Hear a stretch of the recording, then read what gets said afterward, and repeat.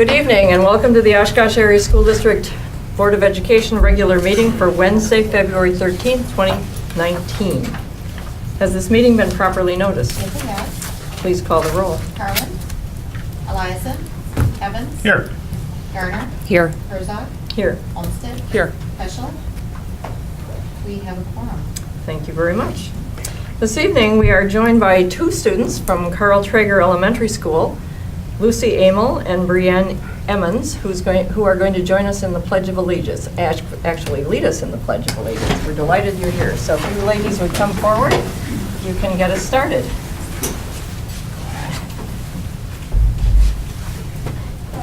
Allegiance to the flag of the United States of America and to the republic for which it stands, one nation, under God, indivisible, with liberty and justice for all.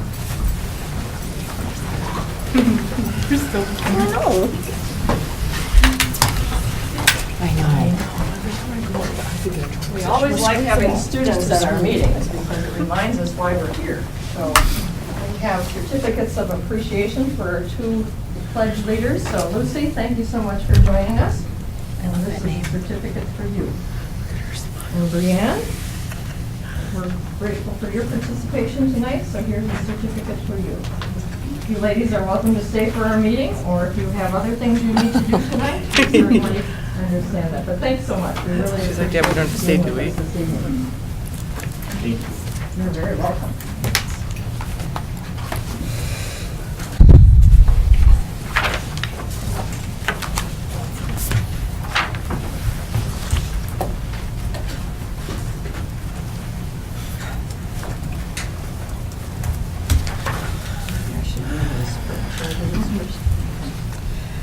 All right, we will move on to board and administrative reports, and we will be starting with the board president report. The Wisconsin Association of School Boards has had an annual convention for many years. They are approaching their 100th year as an organization, but I don't believe the conventions go back quite that far. These conventions are held in January, and they are actually joint meetings with the Wisconsin Association of School District Administrators and the Wisconsin Association of School Business Officials.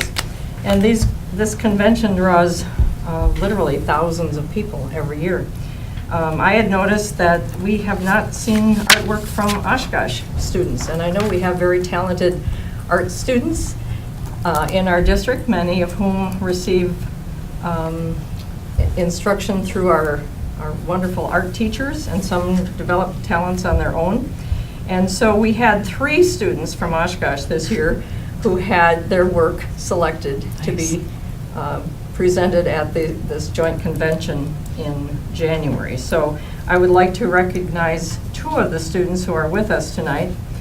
Haley Norton Jeffers evidently couldn't, oh no, she is here, I'm sorry. So we have 3 students with us, I am sorry. So Haley Norton Jeffers, we want to recognize you for your participation in the joint convention of those 3 organizations, and thank you for your talent and sharing that with such a wide audience for our state and representing our school district so well. Thank you so much. Thank you. And then we have Avery Roloff, who similarly stepped forward and displayed her talents at the state convention where thousands of people could literally view her work. So thank you for your efforts.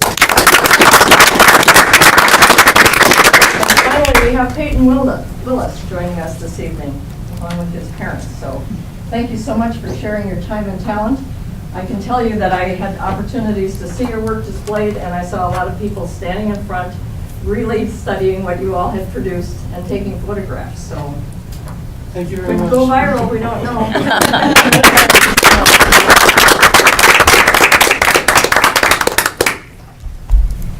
I think it's important that we continue to celebrate the excellent work that our students put on display, and that they represent our school district in such wonderful ways. So thank you to all 3 of you.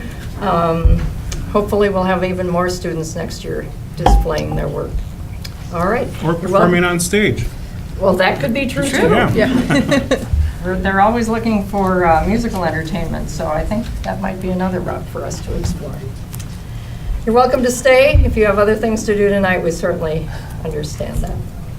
All right. Thank you. Thank you for coming. Thank you. very much. And for your work.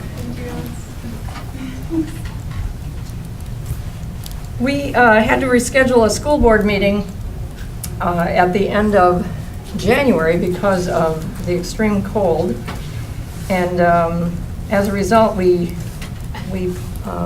laid over several administrator and board reports.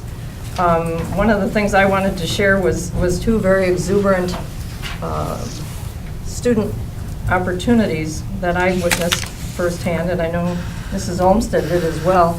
We joined roughly 1,300 students from the Oshkosh Area School District in January who attended a herd game over the noon hour.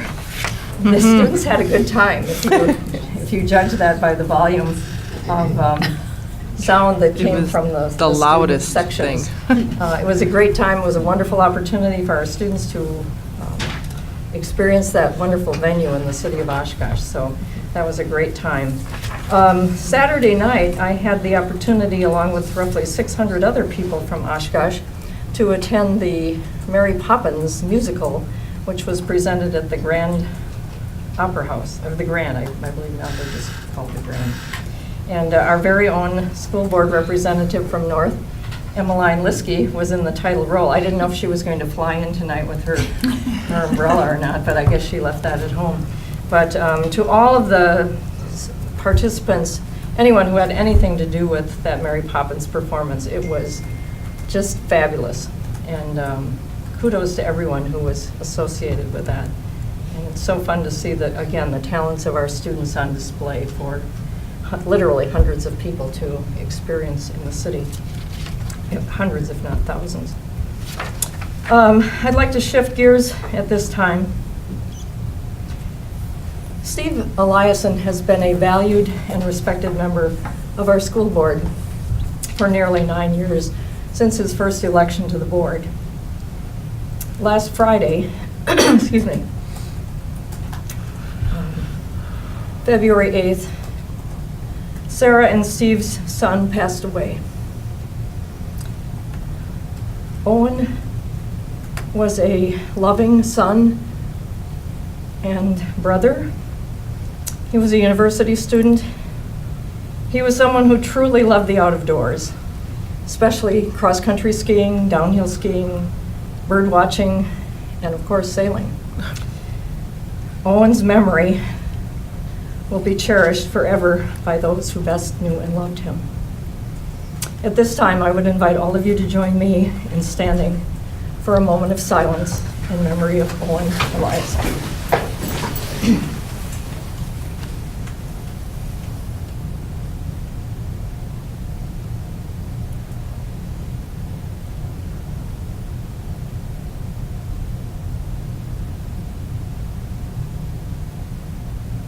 Thank you.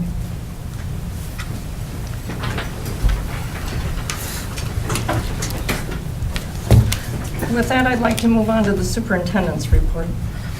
Thank you, Dr. Herzog. I'm going to go ahead and, at this point in time, start with North High School. If you would like to go ahead and do your presentation. Yeah, so we had a lot of great things happening for the beginning of our 2019 in February.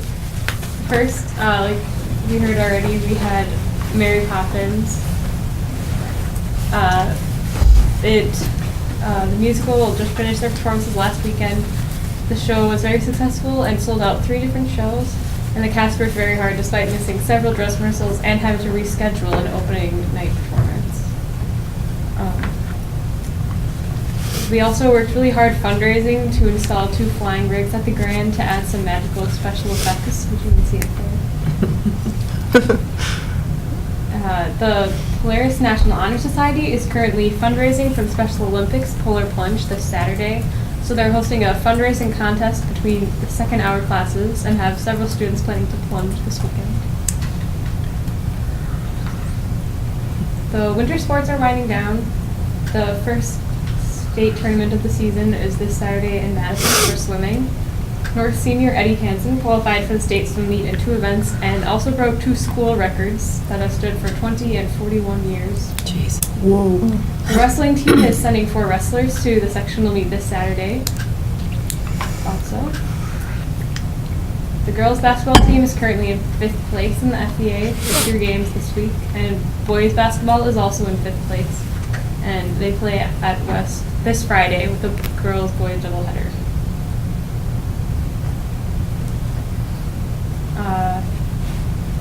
The dance team recently ended their competition season at regionals, and they're now working on their final routines of the year and getting ready for tryouts for next year. The Ice Hawks finished up their season on Monday, and then the girls hockey with Fond du Lac, that has 1 North student on it, started their regional games this weekend and are hoping to go to state again this year.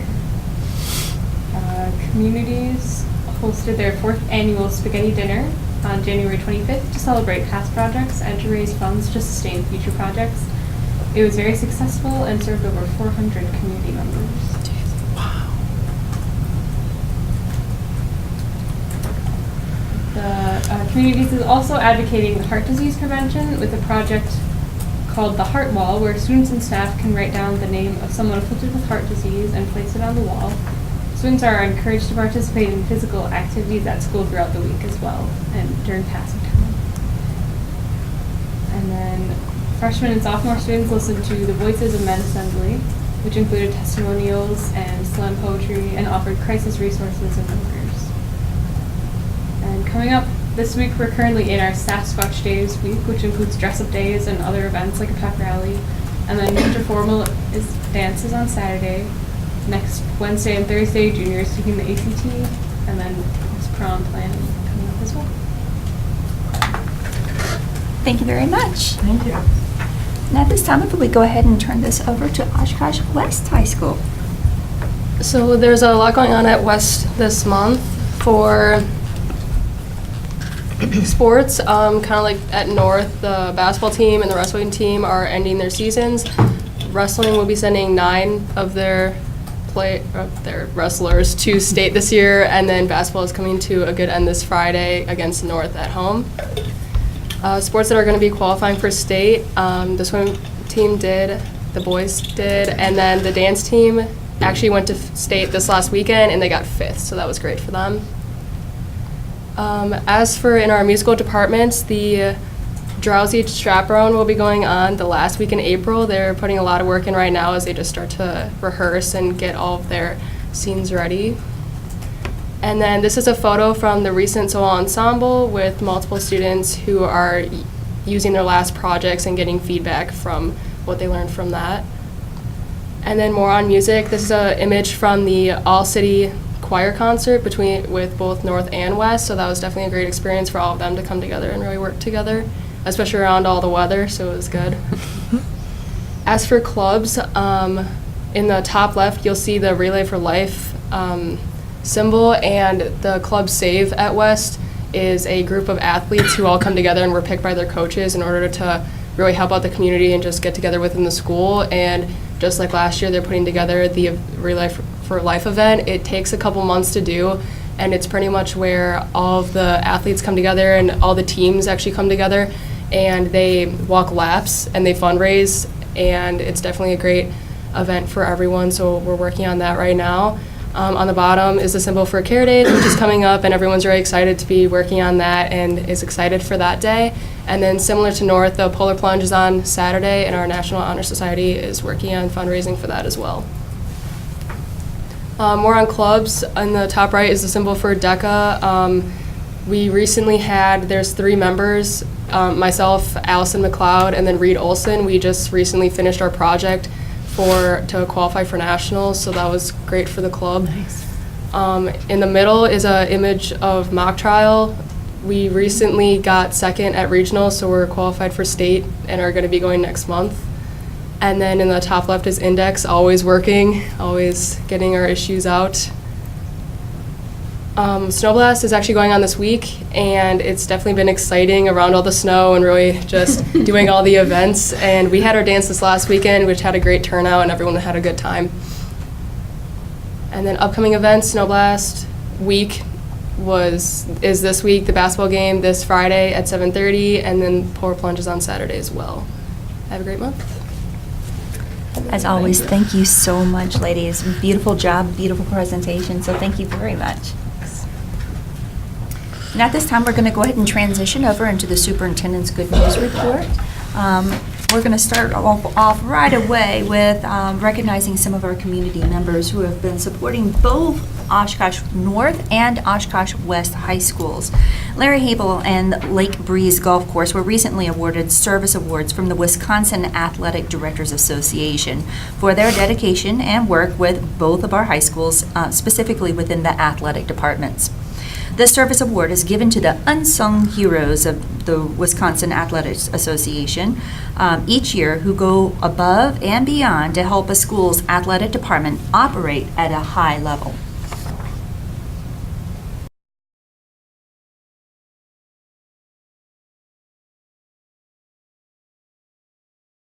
Teachers at Shapiro STEM Academy spent time during the January early release day putting together conferencing toolkits for the writing units of study. These toolkits will assist OASD teachers when they are conferring about student writing. Additionally, with winter weather upon us, Shapiro is using its marker saver areas to promote creativity, collaboration, inquiry, and critical thinking during indoor recesses. Students can also visit the Media Center to further their skills by participating in a Lego wall challenge, maker challenge, or math challenges. Way to go for using that time that they can't be outdoors, indoors. Musician, neuroscientist, and educator Greg Goodhart recently visited Carl Traeger Middle School's music department. He talked with students about universal skill development, deliberate practice, and reminded students that it's okay to make mistakes and encouraged them in that learning process. Carl Traeger Elementary School honored Dr. Martin Luther King Jr.'s legacy with a diversity fair. Students learned about other countries, cultures, and people with different abilities. Additionally, during the holidays, the school community came together to help those in need. 62 children received clothing, toys, and books thanks to the generosity of the students and families from Carl Traeger. Jefferson students recently shared their learning with their families. First graders held a muffins and math morning, and second graders hosted an author celebration with their families.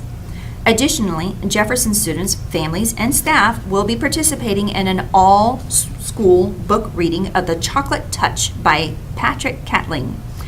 A celebration was held to get students and staff excited about sharing the story adventures together. Every week, students will have assigned chapters to read with their families and to answer trivia questions. Jack Frost recently partnered with Washington's elementary art teacher and student council members to magically transform some of the school's windows into wonderful pieces of art depicting scenes of winter cheer. We continue to spotlight a few of our teachers and sharing their reflections on why they teach.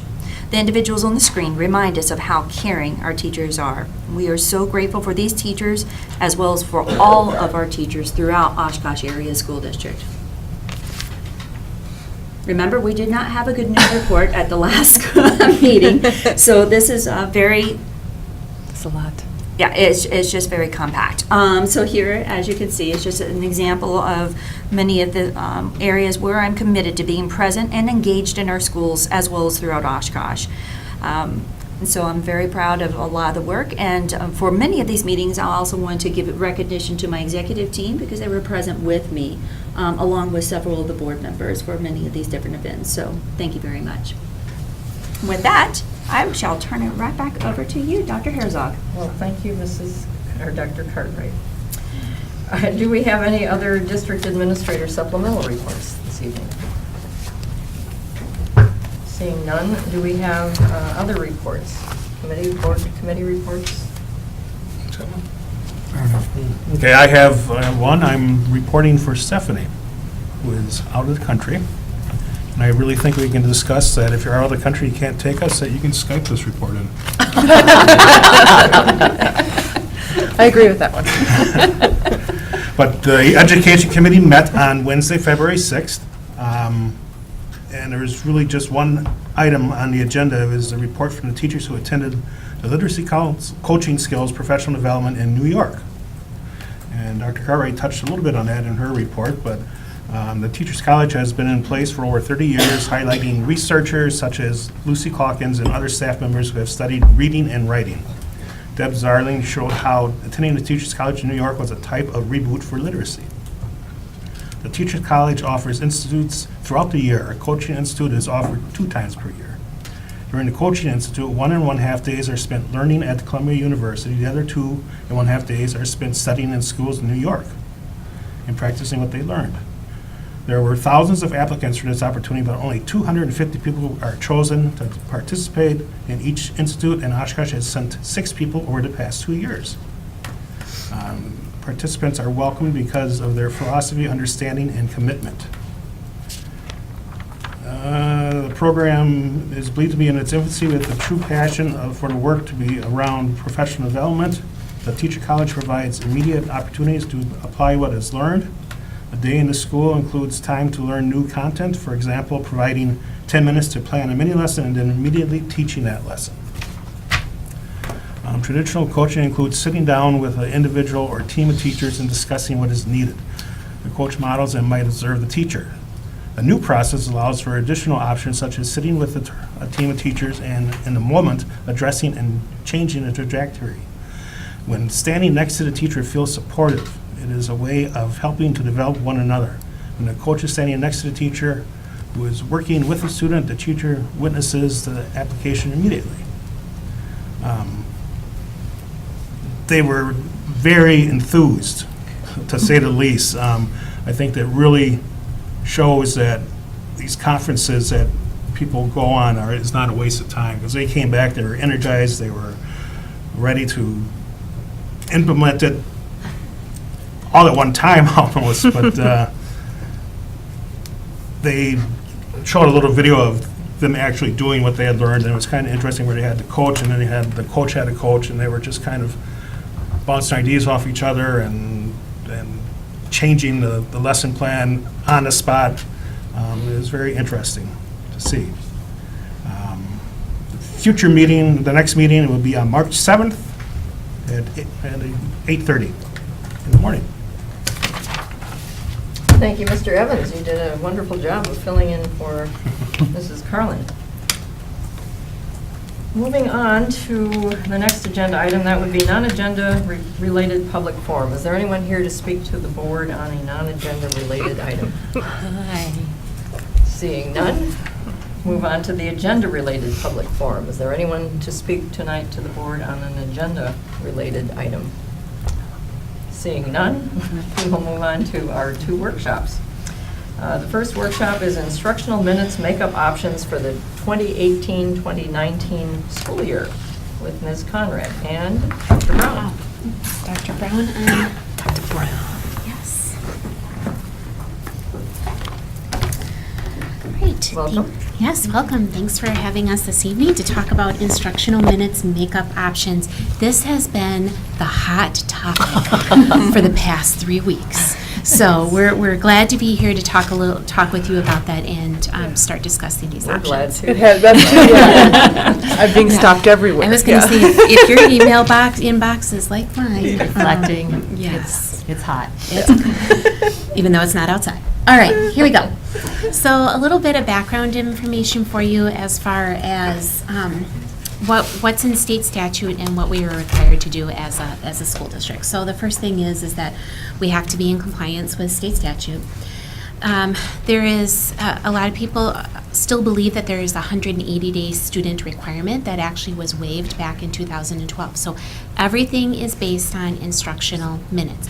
However, we know we can't have students going to school 12 hours a day so that we can have like a 100-day, school year. That just doesn't make sense, right? So there was a reason 180 days was first established. So most school districts are staying right around in that, or a little bit less than that, but there's a reason for the 180 days. So the hours that are listed up there are what we're held accountable to. It is the minimum. It is the floor when it comes to the number of hours for those grade spans. The scheduled hours include recess and time for pupils to transfer between classes, but doesn't include the lunch period. So this is a key here, because when we get into the hours for middle school and for elementary, everybody's like, why does middle school have so many hours? And it's because at the middle school level, we can still count parts of lunch or the recess time that students have outside. And so you're going to be able to see that counted in there. So that's a question I've gotten there. And then also we have to submit a calculations worksheet annually showing how we calculated our minutes in order to be in compliance. So the approved 18-19 calendar that the school board approved last February has 179 school days in there, and the last day of school is scheduled for June 7th. 2 weather days were accounted for within that calendar, and we had planned for absorbing the minutes into the calendar. We had planned on that, with the 3rd weather day being June 10th. And we also knew we had to build in additional instructional minutes at the high school level, because that's where we were going to not be able to absorb those weather days to condense up the calendar. So, looking at this is where we stand with elementary, middle, and high school added on those 3 minutes per day. And you can see where the hours are and the number of days that can be accommodated or absorbed into the calendar. And once again, with middle school, remember there's that recess piece that can be counted. The other thing is that, remember, was it 2 years ago or 3 years ago, we extended the elementary day by 15 minutes. Yeah. And so several years ago, was it 2 years ago? Several years ago, we would not have been able to absorb that many days, because adding 15 minutes times 179, that adds up pretty quickly. One other thing that I get asked about quite a bit is, what we're counting and what we're talking about today are options for students, because we're held accountable for how many instructional minutes for students. And so I've gotten a lot of questions, Kim's gotten a lot of questions on, as staff, the elementary teachers are saying we're working more than high school, and middle school saying we're working more than all of them. And that's not the case. You have to remember, what we're counting is how many instructional minutes that a student is in front of their teacher. This has nothing to do with work day or employee groups. So we always layer down the student day and the student instructional minutes first, and then we bring in what staff do we need to meet those, and then layer on top of each other, if that makes sense. So here's the big overview. As before yesterday, the district was in compliance at the elementary and middle school level, and we were short 363 minutes at the high school, even though we were going to school June 10th. Okay, so but yesterday was February 12th, and we had a snow day yesterday.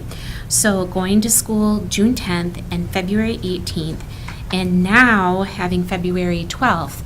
We are short another 395 minutes at the high school level, okay?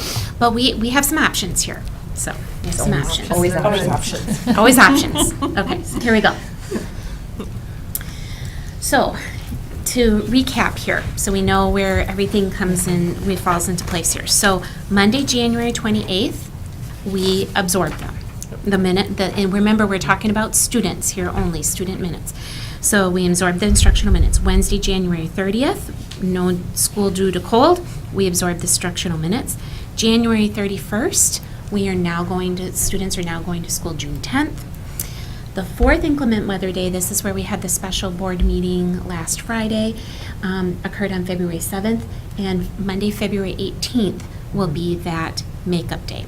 Now with February 12th, we have a 5th inclement weather day, and this is where we're presenting to you as a board of that's to be determined how we're going to do February 12th. So In addition to all of the inclement weather days, we've all heard a lot from families, from staff, from the community, especially community organizations that are starting to hold camps and student different student events, etc. They're like, "One, okay, June 10th. Is there anything that we can do about this?" Because one, it's a Monday. And so going into that additional week, we're butting up right against the start of summer school, which is June 11th. So there's no transition time. We'd make it work, but there's no transition time. So everybody's asking, what are the options here? So before yesterday, we had option number one, and it would be, we follow the board calendar, we follow the approved calendar, we're going to school February 18th, and any further weather days would require additional minutes, because we were essentially okay with adding in February 18th, but we're not anymore. So now we're going on to option number two. Modify the board-approved calendar. Last day of school held on June 7th. Elementary and middle school would absorb the minutes from the inclement weather day, snow day 3. February 7th would be made up on February 18th for all grade levels. High school adds 7 minutes per day starting March 1st, but then we wouldn't be taking into account any additional snow days. So with moving the last day of school back to June 7th, this option number two no longer takes care of February 12th. Right. So we're really to option number three. So option number three is we would modify the board-approved calendar. Last day of school would be held on June 7th. The February 7th snow day made up on February 18th for all grade levels. Elementary and middle school absorb the minutes from the inclement weather snow day number 3. High school add 13 minutes per day starting March 1st. This will provide one additional weather day. Nope, this would absorb February 12th now. Okay.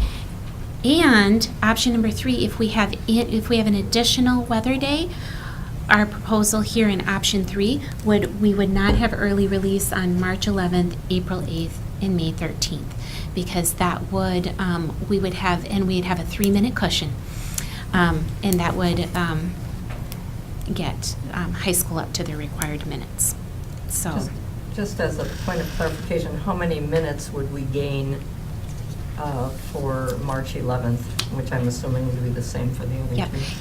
two? Each early release gains for high school 120 minutes. Okay. Say it again. 120 minutes. So that's 360. Mm-hmm. Correct. What time would that put middle school out of, or high school out of school? High school out of school? At 3:41? Yep. And I'm going to turn that over to Kim, because Okay. we had discussions with Correct, Eliason today. because, yes, we did. So And that, so, yeah, so 3:41, right, that high school would be out? yep, 3:45, the high school would be out. Okay, then I've got my two mixed up. And Because what they time end at does- 3:33 currently. Right, And we would be 3:33. adding 13 minutes. And what time does middle school get out? 3:28? No. No, 3:37 Is It is. is middle school.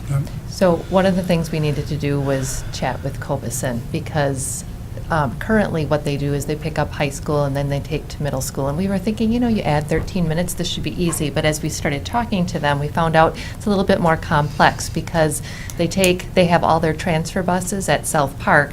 Yeah. And so that was the reason, high school and then middle school. Because of course, Sushnor and I, we called today and we're like, oh yeah, can't you just flip that? That would be easy, right? And we found out, well, that's not as easy as we think, because we're adding additional time onto their drivers, et cetera. However, they are very willing to work with us, and they are going to make a switch, and they are going to create a new transfer point at Oshkosh West. And so I felt like they were very accommodating in helping us make this work. Just a point of clarification, if I may. That's pending board approval, of course, if we Yes. go with this option.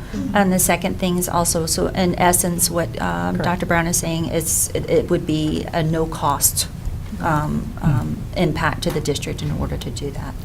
And I did ask them, because there's more than one option on the table, and I asked them what would happen if we were adding just the 7 additional minutes, and it still has an impact where we would have to rethink busing schedules that way. So either way, the 7 or the 13 minutes, it will impact, and so I just wanted to give that information to you as well. Have you had any, I'm so sorry. No, go ahead. Have you had any concerns about if the high school is getting out that late and they pick up their middle school siblings? How is that going to be impacted? Has anybody, I have quite a few families that had brought that up, that their high schooler goes and picks up their middle schoolers, and so are the middle schoolers allowed to wait for them? I mean, you're talking for them to get out of the high school, get across town, pick up their siblings. Well, currently, that they are impact waiting that? until, like, most of our Yes. middle school students are waiting till 3:50 to Yes. do their transfer Yeah, at South Park. Both So I of my think it's daughters going are on to that be, transfer, yeah. I think So it's going to be we- similar time We wait. will keep that open, but now the middle schoolers are getting picked up first They and would be going to West. picked up and then going to Oshkosh West, Right. so it might actually work better in Right. some aspects. But but I'm talking about the children that have driver's license at West or North and going and picking up their younger siblings at middle school. Mhm. Will they be able to wait there for them? We can work We with have our, to we make can work that- with our middle school principals Okay. to figure that out. Yep. Otherwise, I don't know what other options parents have. I mean, you have to go get your siblings. So that Correct. they were there till 3:50 anyway, waiting for the buses. Correct. Mhm. Now It'll be a it's just little kind longer of wait a little now. bit, okay, Mhm. okay. Because we don't want them to drive too fast. No, yeah, we don't. Okay.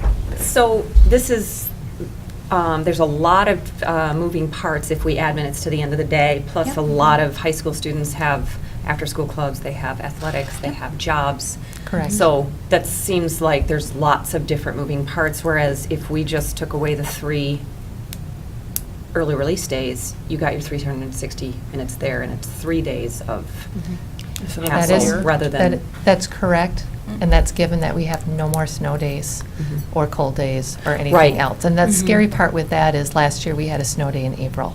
Yep. Yep, so we will be, because to add on any more than 13 minutes right now is going to, like, this is a disruption. It would be Huge. even more of a disruption. Huge, yeah. I spoke with Mrs. Kiffmeyer and Mrs. Cole, and both feel like that this is doable, but if we have to add additional minutes on here to pre-plan, that's going to be, So you're saving the early releases as the last buffer. and then the last buffer after that would be going to school again June 10th. I need to make a clarification, if Mhm. possible, please. Just want to make sure we understood you correctly. So you're saying if we do not add any minutes to the high school, could we just absorb the early release days and still be able to make up the time? Right. No. The answer to that is no. Okay. We need Because at you would least the still have to go 7th. to school on June 10th. Mhm. That was the June 10th. Okay, Yep. thank you. Yep. I was with you. Yep.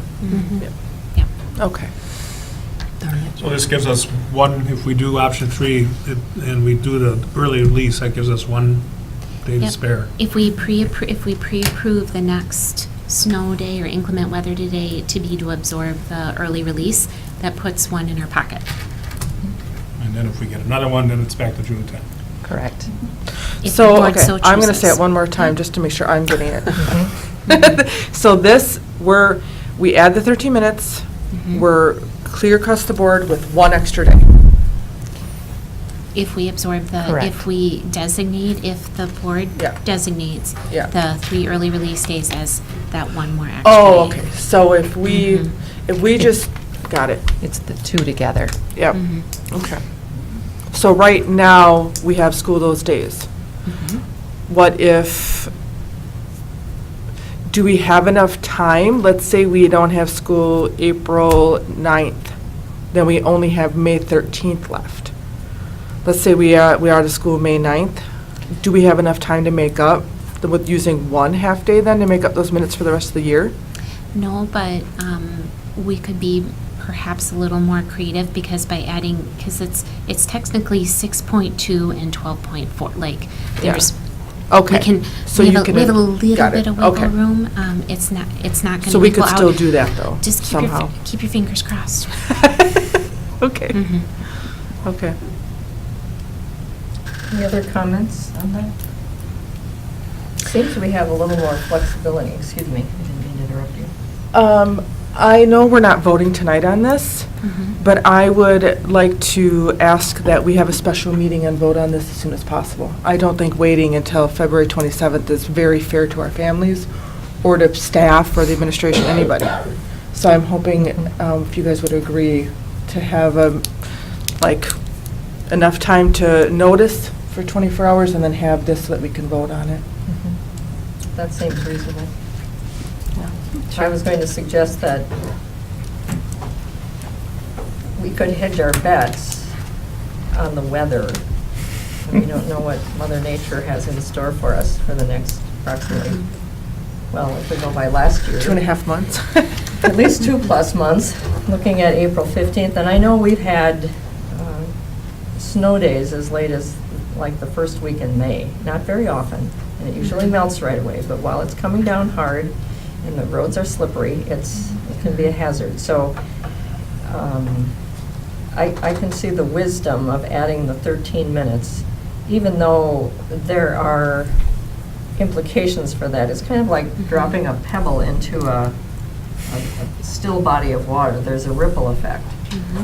And we probably can't think of all of the impacts or implications of such a ripple effect. But there are many, and every family can probably come up with ones that impact them in various ways. And someone mentioned students who have jobs, so it impacts employers, and it might impact the person who's on duty before the student arrives. So there are lots of implications. And as the few people who have written to me about this issue, I've indicated to them that this is a very complex issue.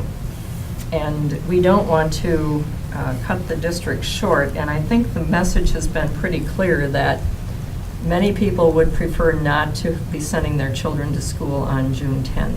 So that seems to be an underlying premise here. How can we make this work so that students do not have, and staff do not have to report on June 10th? That is also what Julie and I are hearing. Yeah, that's what I've been hearing. Absolutely. And there's something I also just want to make sure that the board is aware of, and especially with our community as well, is that at this point in time, there have been some conversations with our legislators right now, because these are extraordinary weather conditions that are underway right now. This is not typical. It is highly atypical weather that's happening. We as a school district are having to take action that is not typical action. As you have already heard, we've had a special board meeting just to approve President's Day, so we've taken away a holiday. We are now considering adding on additional minutes to our school day. Have taken away professional development opportunities for our staff. We're looking at potentially taking away additional professional development opportunities in the future. These are actions that are not typical for school districts in order to go through.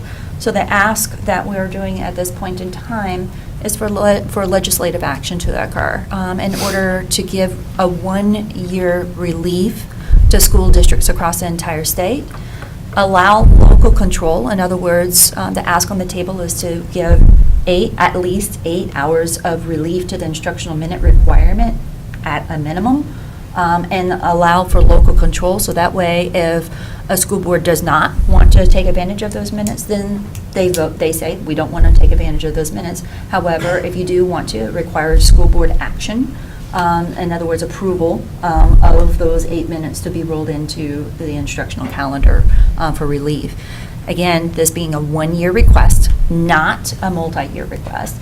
And it's really more in line with an emergency provision because, again, this is highly atypical, abnormal, extraordinary weather events. When's the last time you can recall that we were literally in a polar vortex or had as much snow as we have had within just the past 3 days, fall within Oshkosh?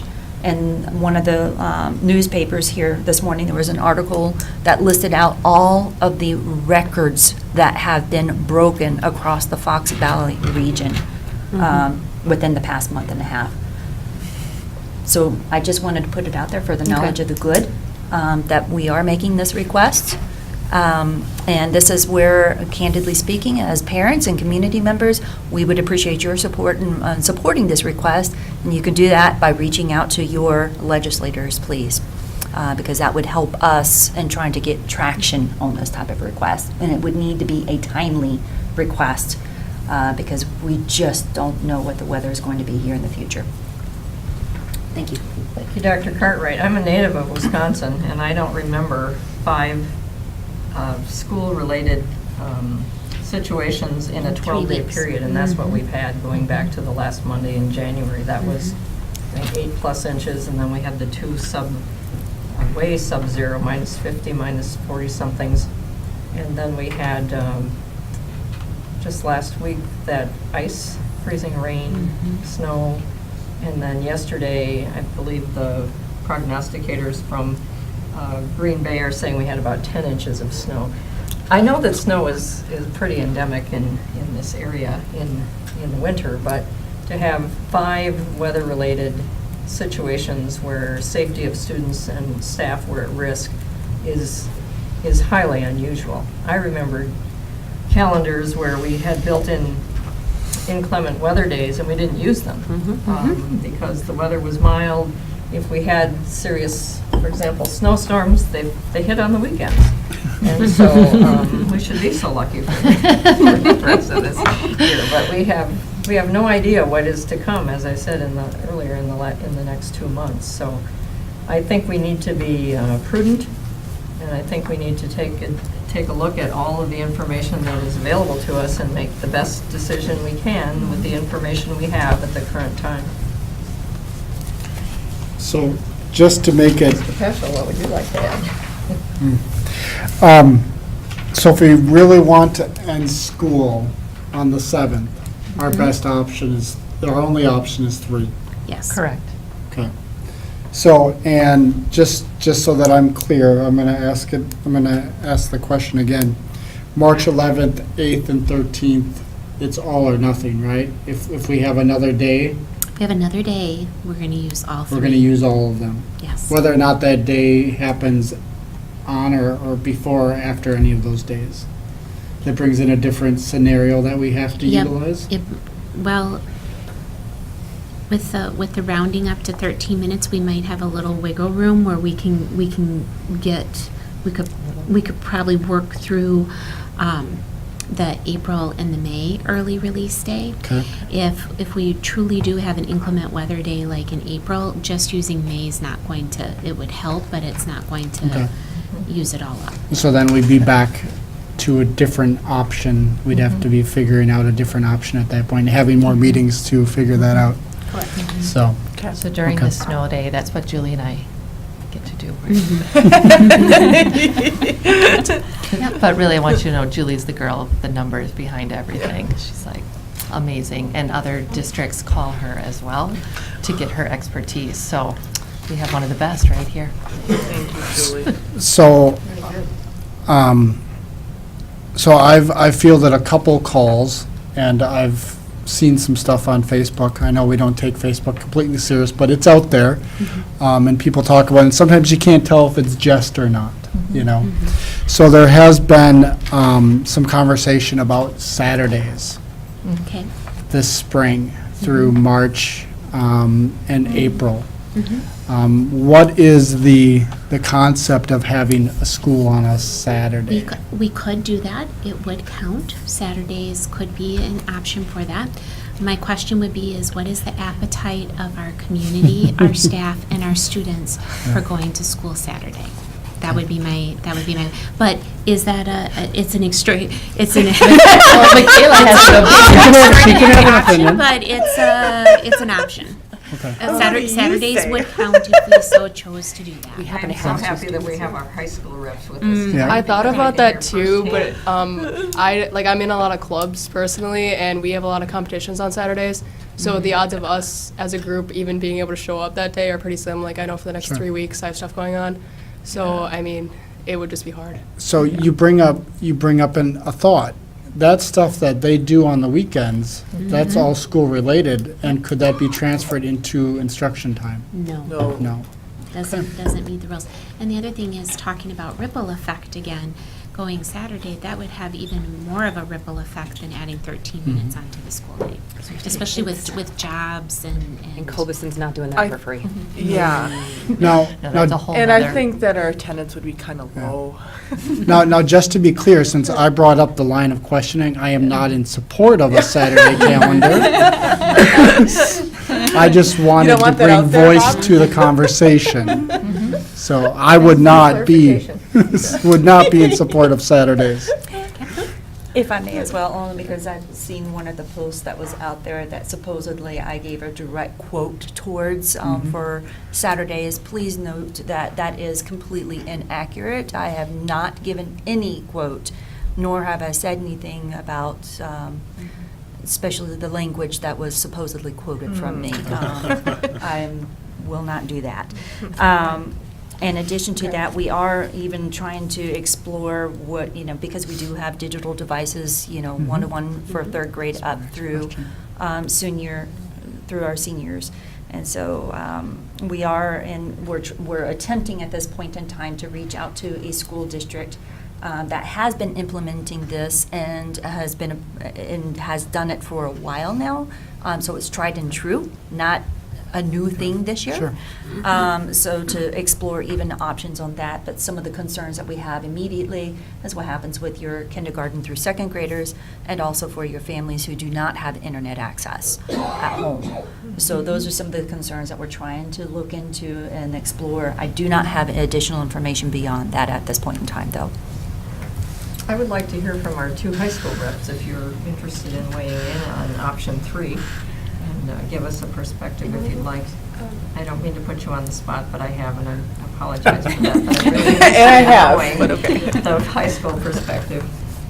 I do know that adding minutes at the end of the day would certainly affect a lot of stuff for us, especially activities after school.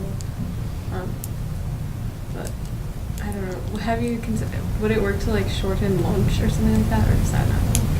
No, isn't that state law? You have to give so many minutes for lunch. You have to have Yeah. 30, you have to have a minimum of 30 minutes. Yeah, that's state law. And so we have it skimmed down, and then also when you talk with your high school food service and administration, there's only, the logistics take so much time to feed, 1,300 and 1,800 kids. Can we build recess in there? High school does not get that into their calculation. No. Could have them walk around the track or something. No, that doesn't sorry. count. Mm-mm. But like for students, though, I think the early release days, everyone would be fine with. Okay. Getting rid of them? I don't think Yeah. that anyone would be. That's what I've heard. Yeah. Okay. Upset about food. Yeah, as much as I don't want to say it, the early release days are probably a better option than adding minutes, just because I know myself and a lot of people, they have jobs, and most people start at 4 unless they have work release and they're Right. already leaving early, and it's hard enough to get out of the parking lot with, like you guys said, 1,800 students leaving at the same time. So, Right. I mean, adding 13 minutes really has a big effect. So, Right. early release days would be sad to see go, but they're probably the way to go. And those would gain us 6 hours, but we need more than that, don't we? Right. Yes, we have to add minutes onto the high school day, no matter what. Okay. So if we did the 3, how many? That's when we go back to 7, and then we take out the early So- release. Yep, so if you potentially could do 7 minutes. Mhm. You could use up the early release, but then you have no. And then we have nothing. You have no days in the pocket, like you have no backup for So any then we'd be addition- back adding more minutes. You would be back adding more minutes, so. With maybe the- not enough time to do So it. the adding the 13 could be minutes would be more. our recommendation, that you do that and starting March 1st, because then you're not going to have enough days to accumulate up the number of minutes you need to make up days. Right. I get it, yeah. And how are those 13 minutes added? Is it like a little bit each class, or? Yes. Yep, the high school principals have a heads up on this is an option, and so they're already working on how do you equally distribute that through the day so that class periods can gain minutes. Each class period can gain minutes. Okay. So, let's say that Mother Nature decides to be really happy with all of us. Mhm. And no more snow events, no more weather events that end up canceling school. Mhm. We make this decision to Mhm. go with option 3 somewhere down the line, not Mhm. today. Mhm. Is there any way we can take those back? Because then we have more hours than what we, Are you More minutes proposing than what that we if we need. get through, we start this on March 1st and we get through April whatever, and you go, you know what, we're not going to need these, are you asking then, could we shorten the day back to Yeah, 3:33? I would say May. I'd feel much safer in May. Okay, well. But yeah, could we take them, could we take it back? Technically, we could. That would require board action again. Okay. And then that's going to be another disruption to routines and procedures. And bus routes and everything, yeah. Well, I'm glad to hear from the students, and I respect your viewpoints. I find that giving up, there is a trade-off for the staff in terms of not having those professional development days. And while I agree that doesn't appear to directly impact the students at the time, I think that's a riskier stance to take those early release days away and add a minimal number of minutes to the day. So, but this board rules by majority vote, and so we'll have to see eventually how that comes up. But I'm glad to know that, and it certainly is an option. So thank you. I'm not dismissing what you said. I'm just trying to look at the big picture and what happens if we do have another snow day. I know Puxatawney Phil supposedly saw his shadow, so that's supposed to only mean 6 more weeks of winter as a Groundhog Day moving forward, but unfortunately, he's not always correct. We'll have to wait and see. Dr. Herzog, if I may Absolutely. I ask our representatives a question? If we just added the 7 minutes to the day, but you knew you'd have to go to school to June 10th, would you rather have the 13 minutes, or would you rather have the 7 minutes knowing you have to go to school on June 10th? I mean, I think June 10th would be fine, just because I know that they have something going on within the schools on June 11th, so obviously we can't stretch it that much. But I think June 10th would probably be better than like taking away early releases, possibly, if we're able to do that. Just because at that point, like, people are already in the routine. If you guys add a certain amount of minutes, they are, like, already had the routine. June 10th isn't going to be the end of the world by the end. So that's just my thought on it. I mean, I think that if we'd had school on June 10th, that a lot of people would not show up, or we wouldn't do anything. No. No, that's a good point. Thank you. That's what I've been hearing also, is that June 10th, there's not going to be any instructional minutes on that day. You're coming back from a weekend, you're supposed to, I think a lot of people would be gone too. Also, the seniors won't be there. No. So, Right. I mean, I'm okay. I'm okay, but like. Just letting you know. In terms of matter it, to me. yeah, it is. A lot of moving parts here. The other thing is, it was wise that the board voted on the February 18th, because the closer we can make up the minutes to when the event actually occurred, you can recapture instruction. And so as we're Right. talking through all of these, the more that we can regain minutes in chunks of time that are meaningful, the better off we. The better the instruction is. Where it's going to really be, we're replacing back the instruction. Does that make Yes. sense? Okay, get it. We might not be able to do this, but on Wednesday, at least, I know all the juniors are doing their ACT day. So could we Yes. move the juniors to a different location and then still use the school, or can we not do that? That is weird. So- ACT is so strict. Okay, so being the district assessment coordinator, so we went through this and we talked through all large high schools in the state of Wisconsin do not have school for the rest of the grade levels on that day, because there is not a location within our boundaries that we could move the students Accommodate to, that many. that we could accommodate them and accommodate the necessary regulations that are with the ACT that the College Board sends you. I mean, because we're talking about, you get out a ruler and there has to be so much space between students' desks, and it is amazing what they're asking us to do to administer that. So off-site location. And Ms. Conrad, also just for Right. clarification as well, we would not have the instructional power either in Correct. order To do to those. have all grade levels present on those dates, because of the manpower that is required in order to properly administer the Yep. ACT exam with the requirements. It's too soon, yeah. They were talking like 6 days away, yeah. A Well, week from today. Even if we Even if did we're it, next yes, month, yeah. we just would not have the physical manpower in order to institute that. So, kind of the same lines, so the freshmen, sophomores, and seniors will all be not in school that day. Could we Correct. roll instruction, well, then the juniors get, is that instructional time for juniors when they Yes, take? it's. So they get the instructional time. So could we leverage the one-to-one technology for that day for the rest of the students? Could there be instructional minutes for that day for the other grades? That's my first thought. Okay. Technically, that would, if we had it already pre-approved through the DPI, because we haven't set this up, we haven't had it, I would say for next year, that's a possibility, because we could set that up and have the approvals to get that done and have a virtual instructional minutes count. But we haven't had That's not set up just yet. we haven't had any set up to make You that would have to happen. get courses into Canvas, and some teachers aren't in Canvas wholeheartedly yet, so that's Okay. another piece that, I mean, so we would need more lead time Right, Mhm. okay. for that in the future. Okay. Because then I was thinking, okay, then there's spring break. And so we have 5 days that children won't be in school.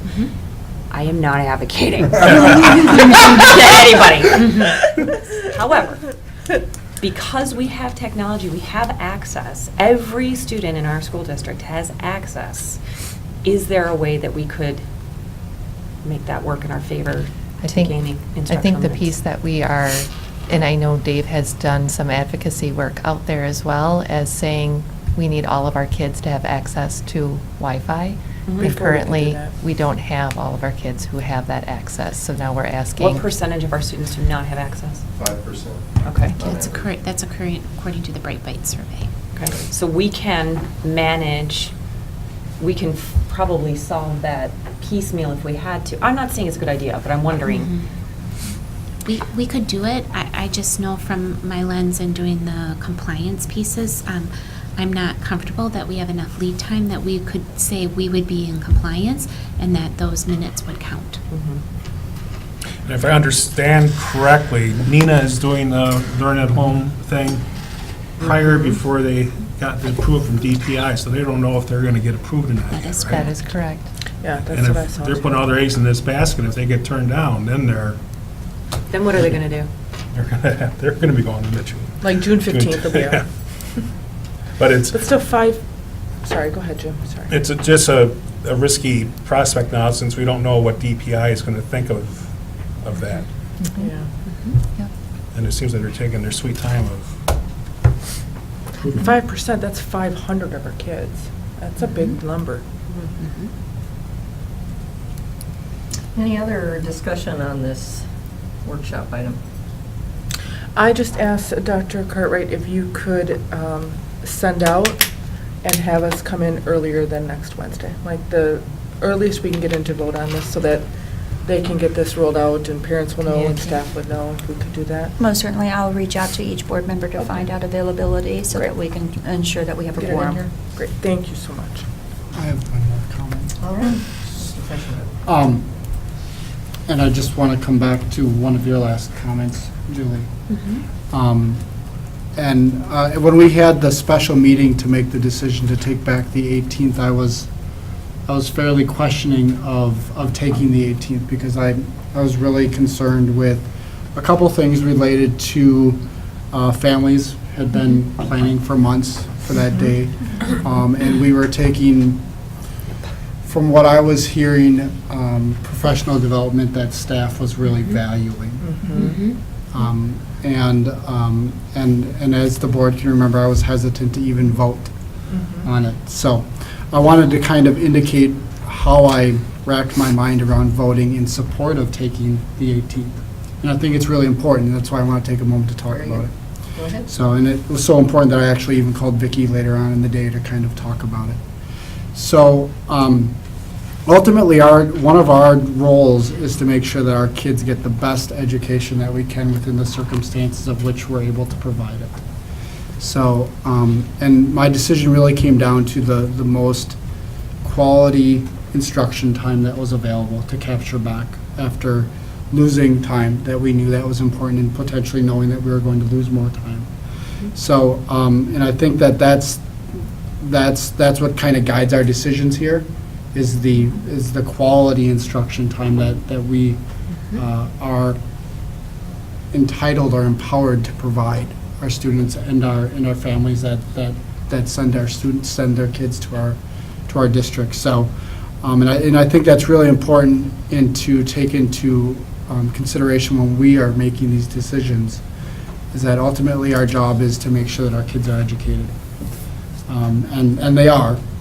They're one of the best educated kids in the state of Wisconsin. But in this circumstance, I think instructional time becomes the most valuable thing that we are looking to capture. So that's what I would want to just kind of pass on and encourage all of us to kind of think about what's the most valuable instruction time that we get to get out of these decisions. I know our options are slim, but I think that's an important thing to take out of this, is that's what we're hoping to get back, is instructional time. Thank you, Mr. Peschel. I would concur that it would be better to vote sooner rather than later. Our next regularly scheduled board meeting is 2 weeks from tonight, which is February 27th, and the proposal here is that the March 1st, yeah. Implementation would begin on March 1st, so I think the sooner we can make this decision, the better. I know that I'm going to have some limited availability on days next week, and it's not about me as long as you have a quorum.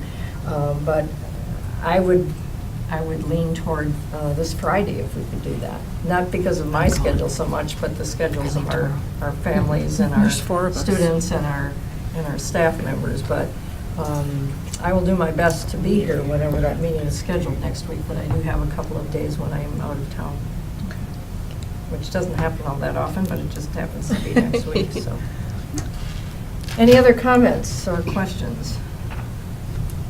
I want to thank the staff for all the thank you. time, energy, and effort that have gone into not only today's staff report, but the one that we received last Friday. And with all of the statements that were made last Friday and then again today, I'm hoping that some of that information can be paid forward or carried forward into next year's calendar. Yes. And We're that being very perhaps some- proactive on that calendar. I'll leave it at that. To say the least. All right, then. Thank you so much. Thank you, ladies. Really appreciate your efforts. Moving on, then, we have a second workshop this evening. This is based on the Blue Ribbon Commission recommendations from the committee that was formed, I believe, about a year ago. They held open meetings around the state, gathered information, and have come up with, I believe, 20 recommendations, which will be forwarded to the State Senate and State Assembly, and if passed, then would go on to the governor for implementation. One of our purposes tonight is to talk about the implications of these roughly 20 recommendations from the Blue Ribbon Commission in terms of their impact on Oshkosh. There are a couple I'm not sure that apply to us because of the size of our district. For example, there's one that applies to districts that only have 745 or less students, which is not our district. But there are others that would have some implications, and I think it's important to talk about these because we do it for a number of reasons. There are bills being drafted, and I know that the CISA director, Ted Knightsky, is involved with some of those.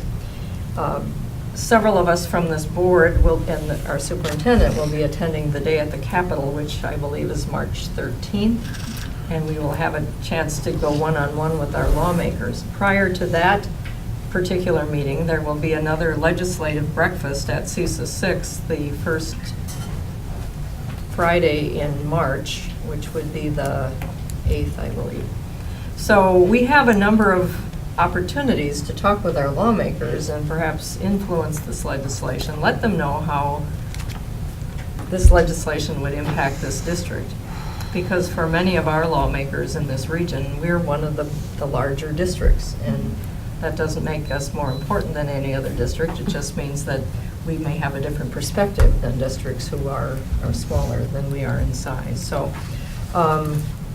what I'd like to do is take these recommendations one at a time, and there are a number of these that have significant financial implications, and between Dr. Cartwright and Mrs. Schnorr, I'm hoping we can get some direction moving forward on how those particular items would impact our district. So if that's agreeable to the rest of the board, we'll just start with the first one and move forward. Do you ladies have copies of this? Okay. Actually, I can give you my copy because I've taken quite a few notes. I think Mrs. Olmsted might let me look on this one.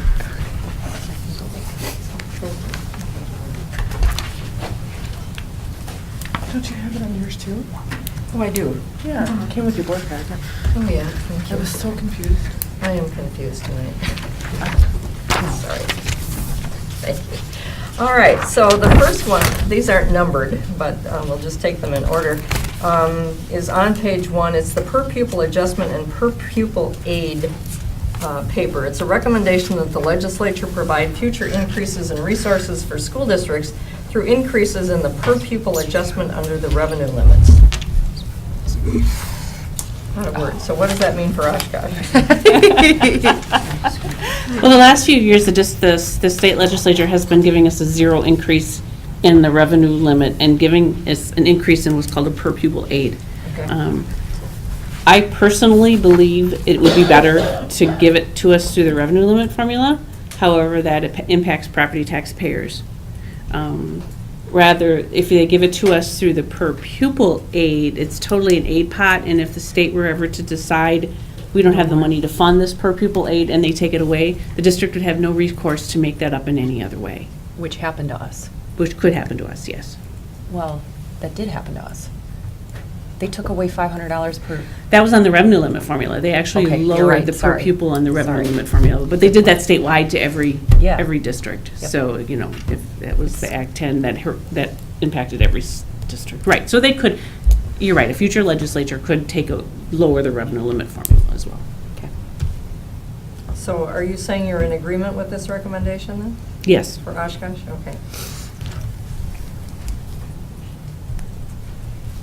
And if I may, just for layman's terms, for this particular recommendation, then, the revenue limit that we are currently functioning under that has been in place since my understanding from sometime in the 1990s? 92, 93. Thank you. Correct. Then would be adjusted. Is that an accurate understanding? Correct. Okay. It's a per pupil that adjusts both the state aid and the tax levy together. Okay.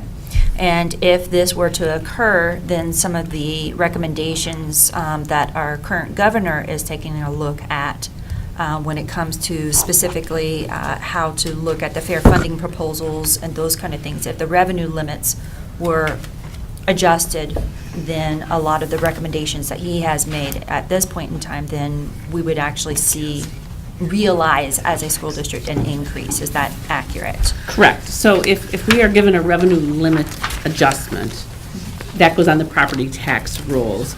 But then Governor Evers' proposal also increased state aid, which lowers property taxes. So the combination of the two would be very beneficial to the district and district taxpayers. Thank you very much. Good job, thank you. Any other comments or questions on that one? Then moving on to declining enrollment. This includes 2 recommendations. One, to calculate the revenue limits using a 5-year rolling average rather than the current 3-year. Mm-hmm. And then the second part of that is to modify current declining enrollment adjustment. I'll let you speak to those. Starting in the, using the 2018-19 year as a base. Well, we were declining. The last 2 years, we've actually been increasing. So if you are increasing, changing the revenue limits to a 5-year rolling average actually hurts us because you're including more years in the average. So you're averaging out more years, and if you're increasing, now you're dragging out that increase over more years, so the increased impact isn't as high. If you're decreasing, the benefit to that for decreasing is you're reducing the impact of the decrease or the decline. So it really affects districts differently depending upon whether you're increasing or decreasing. And the second component I'm a little confused about. I think it's a little confusing to me, and I really didn't pay a whole lot of attention to it because we're currently not declining. So I really can't speak real intelligently to the second component because it's a little confusing to me in how it's worded. I think a lawyer wrote it. I think it's confusing too. I think the only thing I might have gotten out of that is that it would use the 2018-19 as a base year, as a baseline. That was my understanding as well. 3 years. But I still think it's confusing. It is confusing. I'm glad we're all in agreement. Yeah, it's Having really good lengthy, company. and that percentage was just, yeah. All right. Any other comments or questions on that one? Okay, now here's a really fun one. It's called negative tertiary aid, and there were 3 options there. We are not a negative tertiary aid district, I so didn't this think would not so. impact us. So this does not impact us? Correct. Is there a scenario that it would impact us? If our property values were to escalate so much that we, Define escalate. right now we're at about the state average on property value per student. So if our property values as a district were to increase dramatically, maybe with a decrease in enrollment so that our property values per student would go up significantly, that might put us in a negative tertiary aid, but we're not close to being in a negative tertiary aid scenario. Okay. We're not that property rich. Yet. Yet. Yeah, you never know what tomorrow may bring. That's right. Hopefully All not a right. snow day. Any other comments on that one? Okay, then the 4th one is the timing of school aids distribution. My understanding of this is it has to do with when the state distributes their equalization aid, whether it Correct. does it in 12 equal payments or 4 equal payments, because right now they do make 4 payments, but they're not equal. Right. Even though some may see this as important, in the grand scheme of things, in my mind, it's kind of petty. Yeah, it would be nice to get more of our state aid up front. We would probably then be able to short-term borrow less. Right now, we short-term So borrow. I was going to ask, would this help the short-term borrowing? Okay. It would, but not Yes. significantly. Okay. 50% of our revenue comes from property taxes, and that doesn't come until January. So our Okay. fiscal year starts July 1st, and we don't receive a dime of our property taxes until January. So if they change that, Yes. that would have more of an impact on us than messing around with whether we get all of our state aid 4 times a year or whether we get our state aid spread over every month. Will we be able to short-term borrow a little less? Probably. So you might save Yeah. a few $1,000s. I mean, I haven't calculated it all out, but, I mean, if interest rates were to skyrocket, because right now interest rates are fairly, we're borrowing $13 million at less than 2%. Okay. Would we be able to borrow less? Probably. But it would still be in the millions. But, right, it would still be in the millions, and this isn't going to save us enough money to be able to add teachers or. Yeah, this is just going to set cash. Gotcha, cash flow, yeah. Would it be beneficial to the district to have the payments made equally for 4 times a year, or isn't that significant? It's not significant enough Okay. to really matter. Okay. I mean, of all the proposals in here, it's probably like it's kind of like the least significant. Okay. All right, thank you. Any other comments on that one? Okay, the next one is revenue limit adjustments. What about school No. levy? Oh, I'm sorry. School levy School tax levy funding. tax funding. In this one, the legislature would provide future increases in state support through the general school aid formula rather than through school levy tax credit. Right now, the taxpayers get a credit 2 ways. Any increase we get in equalization aid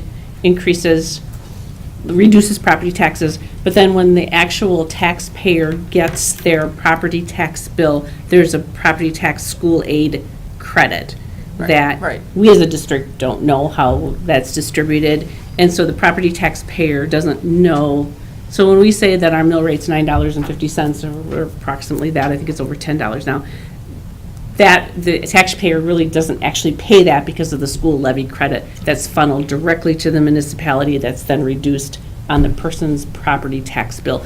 This would give it to the school district so that you could take credit for that property tax reduction. So for the property taxpayer, it's probably going to be about the same.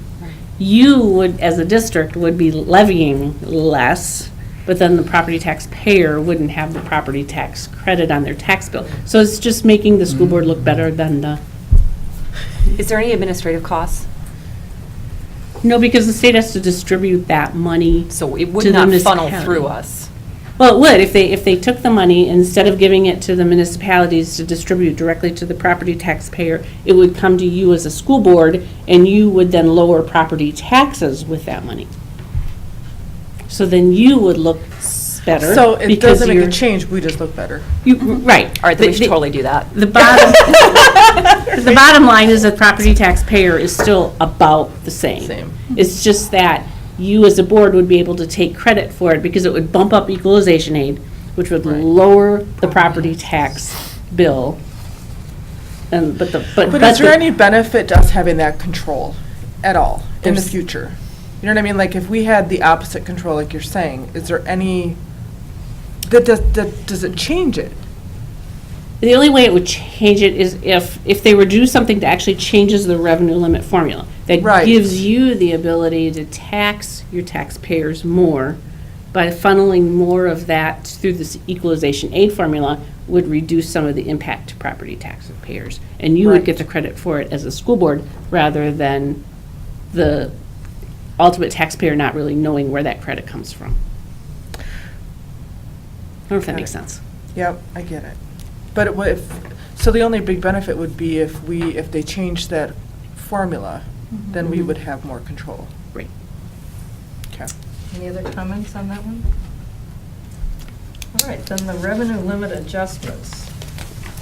This one had a recommendation that the legislature consider providing revenue limit adjustments for energy efficiency measures, lead testing and abatement projects, mental health services, school resource officers, school safety expenditures, school nurse costs, and above-average transportation costs.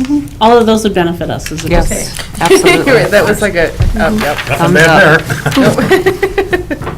Unfortunately, though, the more exemptions you give to the revenue limit formula, and this is probably a good thing in the long run, the more exemptions you get, the more complicated it becomes, and the more holes you poke in it, it just becomes harder and harder for people to understand. But all those things would be good for us. Okay. The next one, I believe, is per pupil adjustment inflation indexing, which recommends that the legislature annually index any per pupil adjustment provided under the revenue limits by inflation. So it would just, depending upon what inflation is what your revenue limit would go up. And when revenue limits were first put in place, that's how it worked, is every year the per pupil revenue limit allocation was given a bump based on the CPI. That'd be nice. So the big part on this one, candidly speaking, while it would be good for us, doing a reset on that revenue limit and then doing this would be the best scenario. Okay, okay. Okay.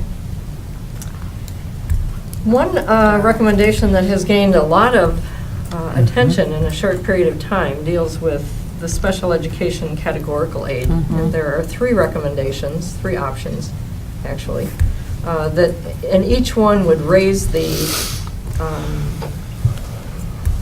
funding for special ed reimbursement over a 2-year period. What is the current reimbursement rate? It's down in the mid-20s, like 25 or 26%. It's 24.5%. Okay, I knew it was Okay. close to that. And each of these raises it quite a bit above that. So it, ultimately, if the legislature decides to go with one of these it would just be one of these recommendations. It wouldn't be all three, because they're in essence raising the reimbursement amount, but you'd only use one of those. Right, we get reimbursed, as the state reimburses the school district, as I said, Dr. Cartwright said, 24 point something% of all the salaries and fringes of all special education staff. statutorily, or it used to be 63%, so you can see how it's gone down over the years. So this would actually benefit us, because this would be additional spendable resources. So some clarifications, if I may. So Governor Evers, in his proposed budget that he's moving forward, he's actually proposing option number 4, whereas it would be increasing special education categorical aid by $606 million in the 2019-21 biennium. So what he would be looking to do is an estimated 30% for the 19-20 school year, and then an estimated 60% for the 2020-2021 school year. The thing related to this is because where they're putting the aid is in categorical spending. So categorical spending, what that would mean is that we're not necessarily providing additional supports to special education, to students who are in the special education program, but what is happening now is a majority of those supports currently are being funded out of our general funds. Okay. So by adding this money into the categorical funds, what happens then is it starts giving you some more relief into your general funds, so that services that we're not able to provide currently because of limitations on funding, will free up some of that funding so that we can spend it across the board, special education as well as non-special education. Okay. So this doesn't just give money just to special education. This frees up our general fund to spend it where it's needed. That is correct. Good clarification. Would- Thank you Thank to both of you. Would all of those proposals do that? Just in different ways, at different levels? At different levels, it does do that, yes. All of them, all the recommendations that were made would do that. It's just what it looks like as to the estimated percentage cost is the difference. And right now, the cost to provide services for students with special needs is significant. While we do receive federal funds in order to offset some of those, to supplement those costs, Sure. as you might say, as well as what we receive by the state, unfortunately, just don't cover the true cost of what it is required within those categories in order to provide the services. Okay. Thank you. Any other comments or questions on the special ed recommendation? Then moving on, we have the bilingual bicultural aid recommendation. This one recommends weighting English language learners, or EL pupils, as 1.2 FTE in the general school aids and revenue limit formulas. This would only apply, however, to students who have not reached English proficiency based on the annual assessment of English language proficiency required under state and federal law. So it's not any and all students who would be in an ESOL program, but those who have not reached proficiency. Right, there's different levels, and Julie could probably talk to this better than I am. There's different levels of ELL students, from being very proficient to not being very proficient. And so if this is just going to count those who aren't English proficient yet. And it would help us because it would increase, if you have 100 of those students, you now get to count them as 120. How many levels are there? There's 6 levels, and so when a student, all of our students that are classified as English learners Okay. would qualify underneath this, and then Okay. students are exited once they reach English proficiency, which would be a level 6. A level 7 is considered a student that has always been, they're a native English speaker and have always been Okay. English proficient. So our ELs that we report out on to you would Yep. fall underneath this. So this is the because- majority of our students. No, this would be the majority of our ELs. That's what I mean, of those Yes. students. I'm so sorry. Mhm. Yeah, that's what I meant. Correct. They would have a different weighting, yes. Okay. And we would benefit from that as a school district. Got it. Any other comments on that one? Okay, then moving on, I believe the next one is aid for low-income pupils. This also recommends weighting low-income pupils as 1.2 FTE in the general school aids and revenue limit formulas. Districts with disproportionate numbers of low-income pupils could receive additional aid. And this would benefit us, approximately 40% of our students are on free and reduced meals. And I would assume that would be the indicator that they would use. And so now for those 40% of our students that are eligible for free and reduced meals, we get to count them as a 1.2 rather than a 1. So this would be really significant. Wow. That's huge. And just double checking on this, how does that relate to specifically with our revenue limit at this point in time? Because I believe Governor Evers has put into his proposal for this to occur. However, right now, if it's under our current caps, that would not benefit us at that point in time, Right, correct? because I believe his is he wanted to weight students just in the equalization aid formula, then that would benefit us by giving us more aid, but if you subsequently don't allow us to raise the revenue limit, then giving us more state aid just reduces property taxes and doesn't give us any more money to spend. Thank you. So you need to do both. So as written in the recommendation, that is what we would need to occur in order for it to be a benefit for the district. Right. All right, thank you. Any other comments on that one? Okay, moving on, we're on number 11 already. This is really moving along here. High-cost transportation aid. This had included 3 recommendations. I wasn't sure these apply. This really doesn't Yeah, apply I to was us. gonna ask, I don't- Our transportation costs are not above 125% of the state average. This really applies to districts in Like, northern yeah. Wisconsin. Like, you take like an Antigo School District is like 800 square miles. Good grief. Their bus, and some of the northern Wisconsin school districts that have a low number of students but have these huge miles of transportation that they have to cover impacts them, or we're not in that. Okay, thank you. Any other comments on that one? Okay, moving on then. I believe the next one is sparsity aid. That doesn't apply to us either. That again applies to a lot of northern Wisconsin districts where they're just really, really large geographically, but have a small number of students. We're not in that category. Okay, the next one. Gifted and talented pupils. This had 3 options for grants, competitive grants for gifted and talented, and they varied from $500,000 to $1 million to $2.5 million. So it's just a matter of the district writing grants to take advantage of those options. Okay.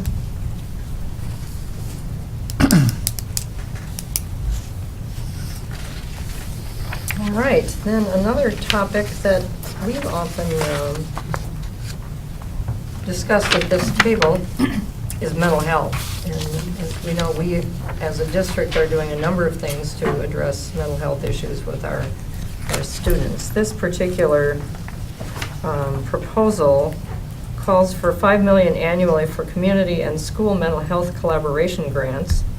And the second option is new categorical aid for mental health services. These payments would be calculated in a manner similar to per pupil aid under current law. It would restrict expenditures to those related to mental health. Second would be better than the first, obviously, because the first one, it says a grant, that means you have to apply for it and be awarded it. The second, because it's a Yeah, and then it's categorical one and aid, done, means yeah. that every district would get it. Right.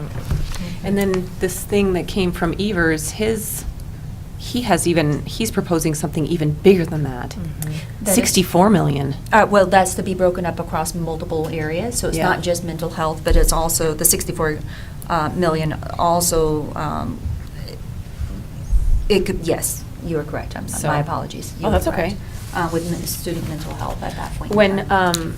Gordon Hintz and, was it Luther Olson, came and talked to us, they had discussed this, that they, I don't remember exactly how it works, but they were talking about like mental health, addressing it, as a state, and then how do we deal with it with youth? Correct. And so I'm wondering if that's how this fell out from the committee.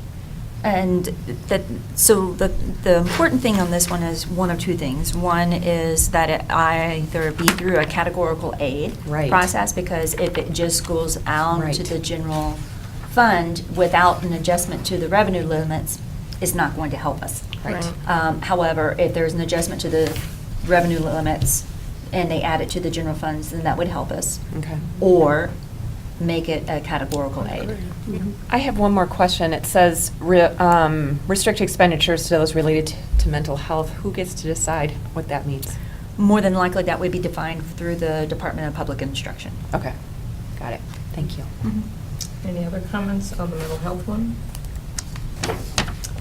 Okay, the next one is school district consolidation. The intent here is to provide incentives for school districts to consolidate with the goal of reducing costs or increasing educational opportunities in smaller rural districts. And there were, I believe, 5 recommendations on that one. I don't think we're in the market to be consolidating with any of our neighbors, so I don't, unless one of them wants to start that dialogue, I don't know where we're at. I don't think that really applies to us. And where it would potentially come into to benefit is in the event that there were some other type of legislative action that actually occurs that basically says school districts, you have to start consolidating. In other words, it becomes a requirement. Then and only then would this potentially have an impact on Oshkosh. Right. All right. Does that have to do, because we're such a big district?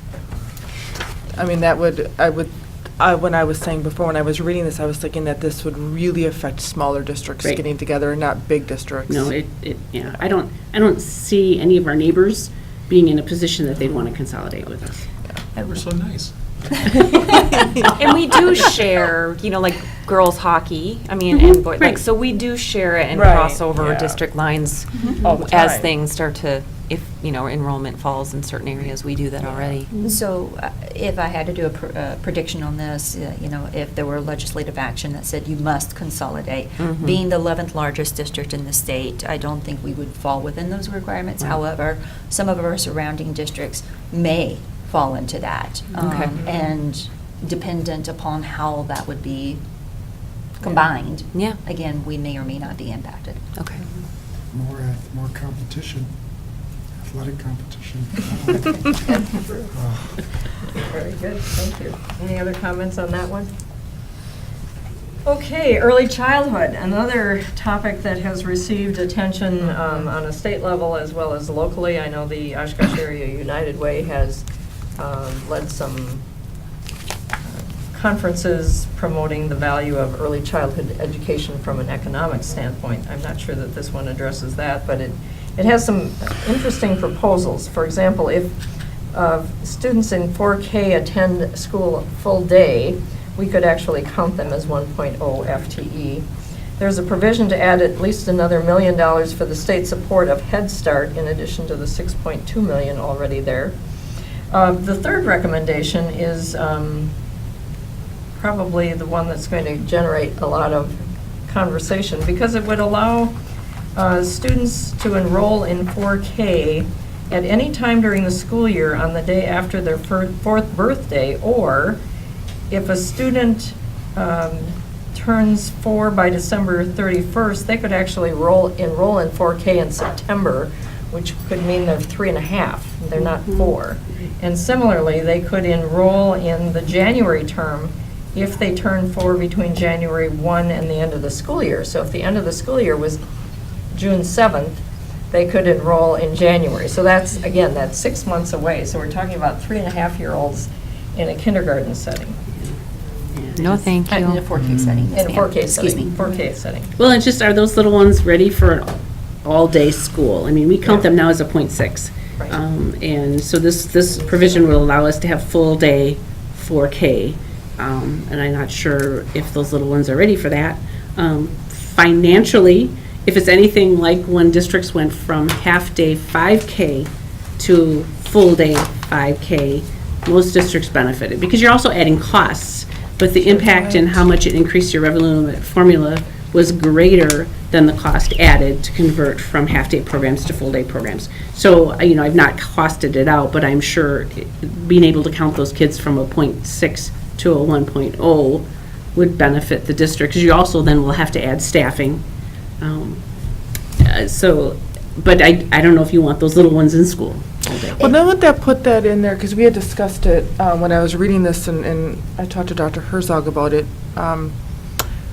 then wouldn't that put children into kindergarten earlier too? Because what do you do through that middle year then? If you've got them starting 4K at 3.5, then they're starting kindergarten the next year. Right, yeah, I don't. Then that adjusts that whole thing. At this point in time, as Yeah. it's written, no, it would not. So in Okay. essence, what would end up happening is they would have a repeat of 4K while they're waiting to get to the appropriate age to start kindergarten. The second thing is, if I may, just a Yeah, couple things. please, absolutely, yeah. For input on this, is when we're talking about full-day programs, from a developmental standpoint for a child at that age, oftentimes they're still taking naps. Yeah. You know, because their body just literally needs that. And so in essence, we start getting into more of the child care type areas rather than providing instruction for children. So that's something that is a caution I would like to give to the board. Another extremely high caution I would like to give to the board is with option 3A. In other words, they can join the day they turn 4, they can go to 4K. It is an instructional program. So what ends up happening is my child turns 4 years old tomorrow. So tomorrow they get to start 4K. Well, all those other children who've been in the 4K program since September, and now you start this child at a totally different instructional level point than the child who started back in September. That's just one example. Now you have a classroom full of everybody who had different starting points, and we do have the calendar, right, thank you. The scope and sequence of how we present information. So in essence, we're asking our teachers at that point in time to provide individual instruction for every single child in that classroom. It How just disruptive. extremely disruptive. And how do you even plan staffing-wise when you don't, I mean, we have data on a census of children, but if we can be adding children all year long, I mean, how do you plan for staffing? In addition, we also would be falling into a potential risk to the district from a funding standpoint, dependent upon when they are capturing the data in order to, for funding purposes. Yeah. Oh, yeah. You know, because let's say, you know, hypothetically, all right, today was the deadline, and then all of a sudden you have an influx of 50 children. Well, you're paying for 50 children without reimbursement. So if they came in after the third Friday count in September or in January, that would be problematic. Plus, Yeah. staffing, that could have an impact on staffing and certainly on physical space and finding qualified staff. Right. There would be a lot of ripple effects. Just throwing this out there, if they did make this, that doesn't mean we have to take advantage of this as a district, right? Like, we don't have to do this, or is this something if they adopt it, we have to do it? Depends how the language is written. Okay.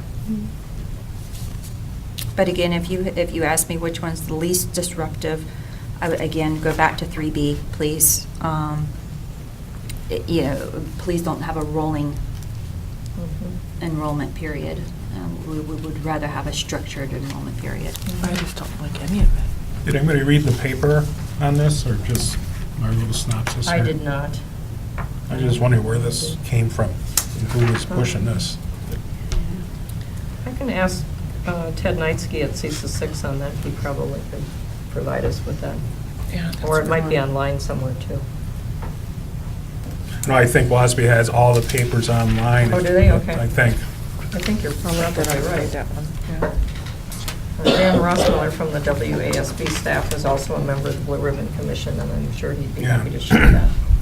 Okay. The next one is incentives for shared services. This would provide categorical aid incentives for districts who share administrative positions among 2 or more districts who would then qualify for aid. I think this is an interesting proposal for smaller districts. I think given our size, and I think given the size of districts around us, you know, I can't imagine being a business manager in a district besides just this one. I mean, I think some of those districts, in order to give them more administrative support, this would be really great for some. Okay. Thank you. Any other comments on that one? Okay, summer learning loss. This one has 2 recommendations. One is to expand existing summer school grant program to other districts, allowing any district to apply for a competitive grant under the program to develop a redesign or implementation of a summer school program. And the second part of that is to create a new grant program to support year-round schooling pilot programs. I really can't speak to that, other than they're both grants. So it would be something the district would have to apply for and also pilot year-round school. There was a study undertaken, I'm guessing it's more than 20 years ago. Mike Strotz was on the board then, maybe Teresa remembers that. There was a study when the district office was located in West High School to explore year-round schooling. And it didn't really get a lot of traction. If any of you have been in Merrill Elementary School on the second floor on the east side in the summer, that would be prohibitive unless there were something to alleviate the climate, like air conditioning. Right. It is very hot on that floor. It's hot in summer school, but I can imagine days, year-round school, June through July, where that could be very uncomfortable. Many of our buildings aren't air-conditioned, and that would really be a challenge for some. Yeah. And again, I would echo that. A majority of our buildings are not air Right, conditioned. yeah. And when I'm just on my tour this past May, going into schools and looking at children, unfortunately, with sweat just dripping off of them and trying to learn, Yeah. unfortunately, with our current facilities, I don't see this as a Right. potential option for us. Okay, thank you. So I guess my question is, where did this one come from?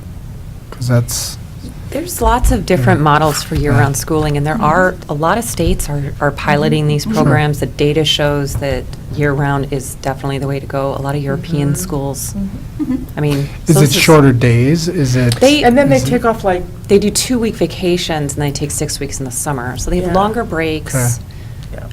They do, sometimes, like even in Asia, sometimes they go to school for half days on Saturdays. So you play around with the scheduling. But there is data, like we know summer's a big problem when it comes to how much, that's why the one yeah.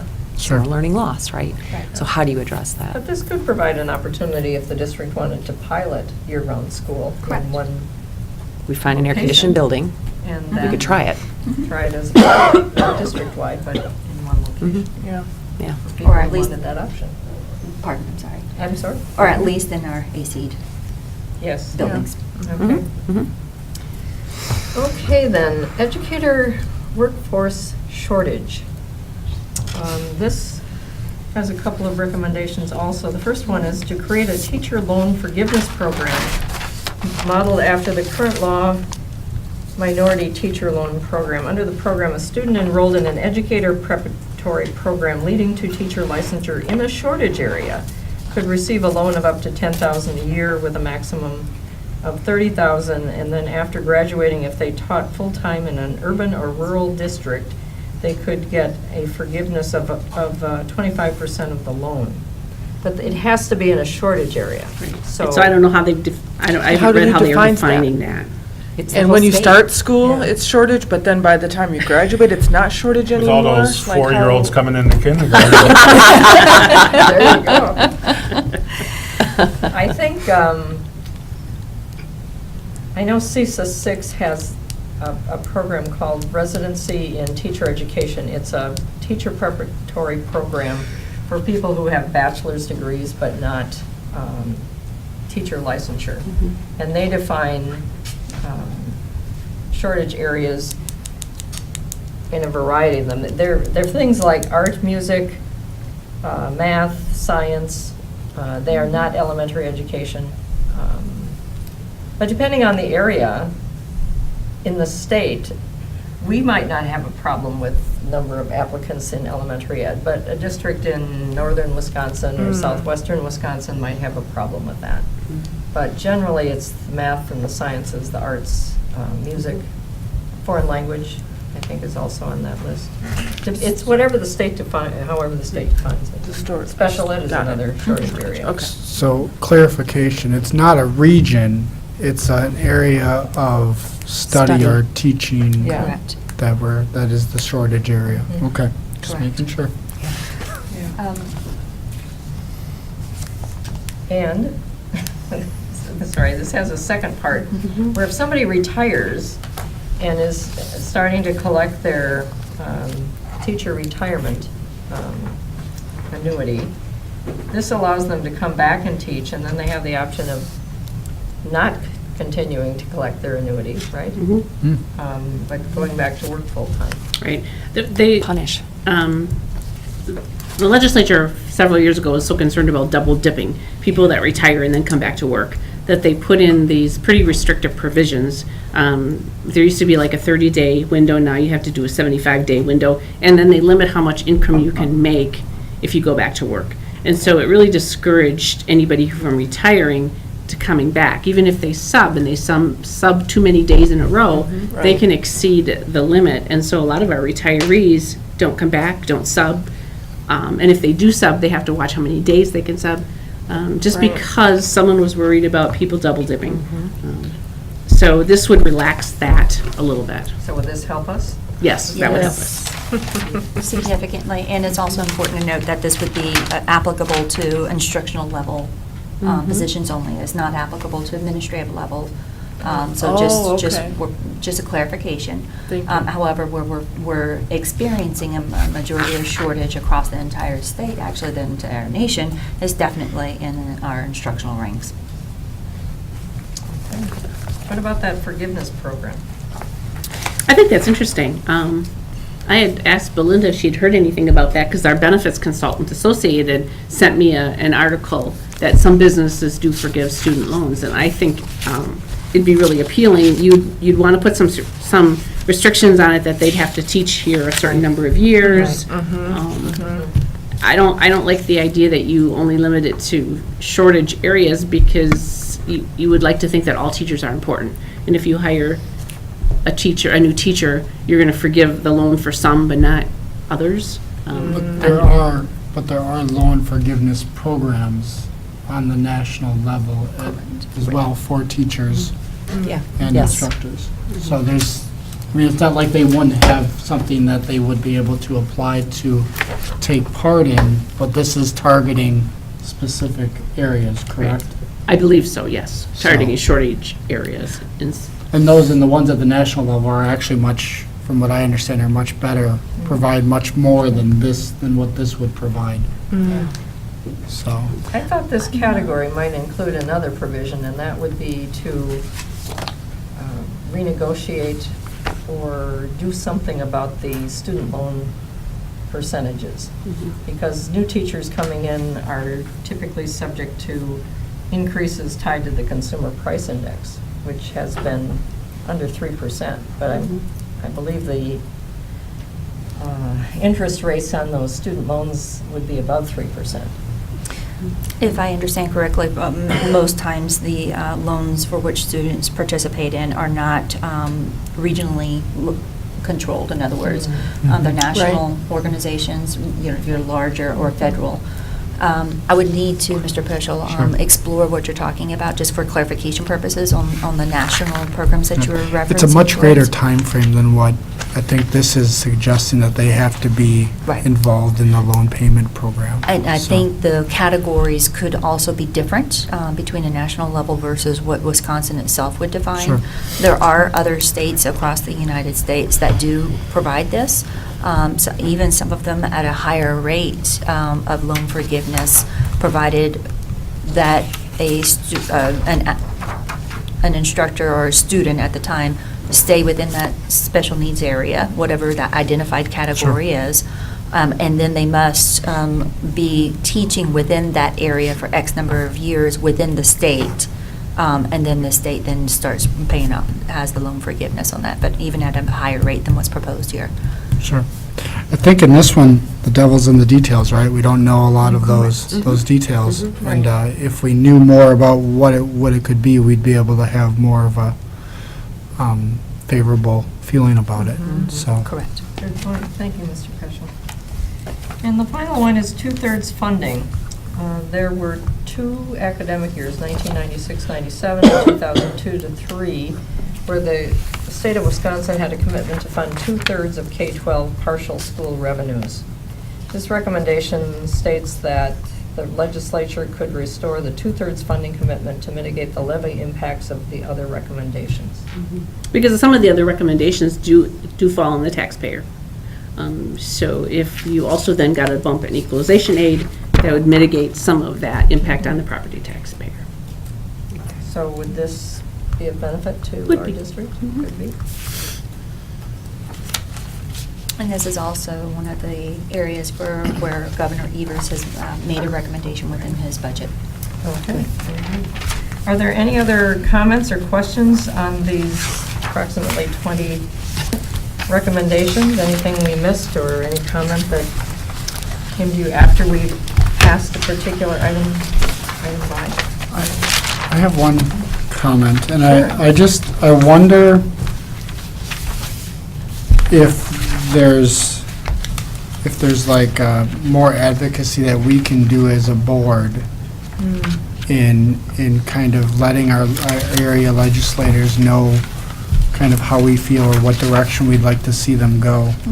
You know, and, you know, I kind of picture as, you know, maybe a resolution that, you know, that indicates that we, you know, did this, we you know, we went over these, we discussed them, and through the consideration of staff's consideration and suggestion that, you know, we feel that these are the best directions to go coming from this report.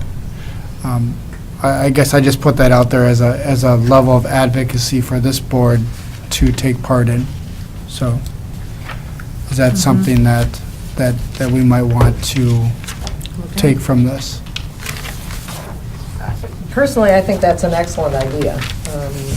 As you know, I represent this board on the Board of Control for CESA 6, and Ted Knightsky, the Executive Director of CESA 6, had asked the member districts to review these, which we've now done. But I like your idea of taking this a step farther and reaching out to our lawmakers and letting them know how these.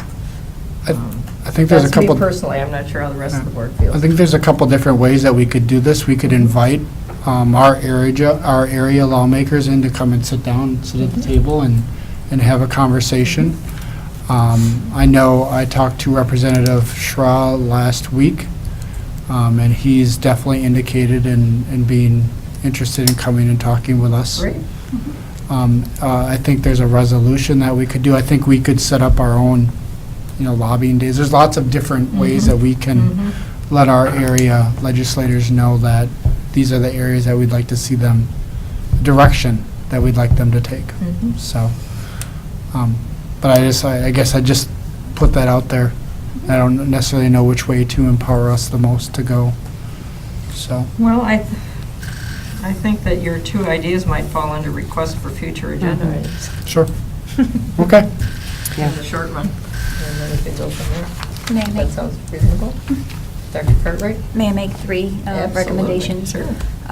One of the things where we do have a natural opportunity to be advocating for this is through our legislative breakfasts that occur. In fact, not this month's, but in January's legislative breakfast, these were some of the topics that were discussed with our legislators across the entire room. So they did hear from multiple school districts and multiple school board members individually on that.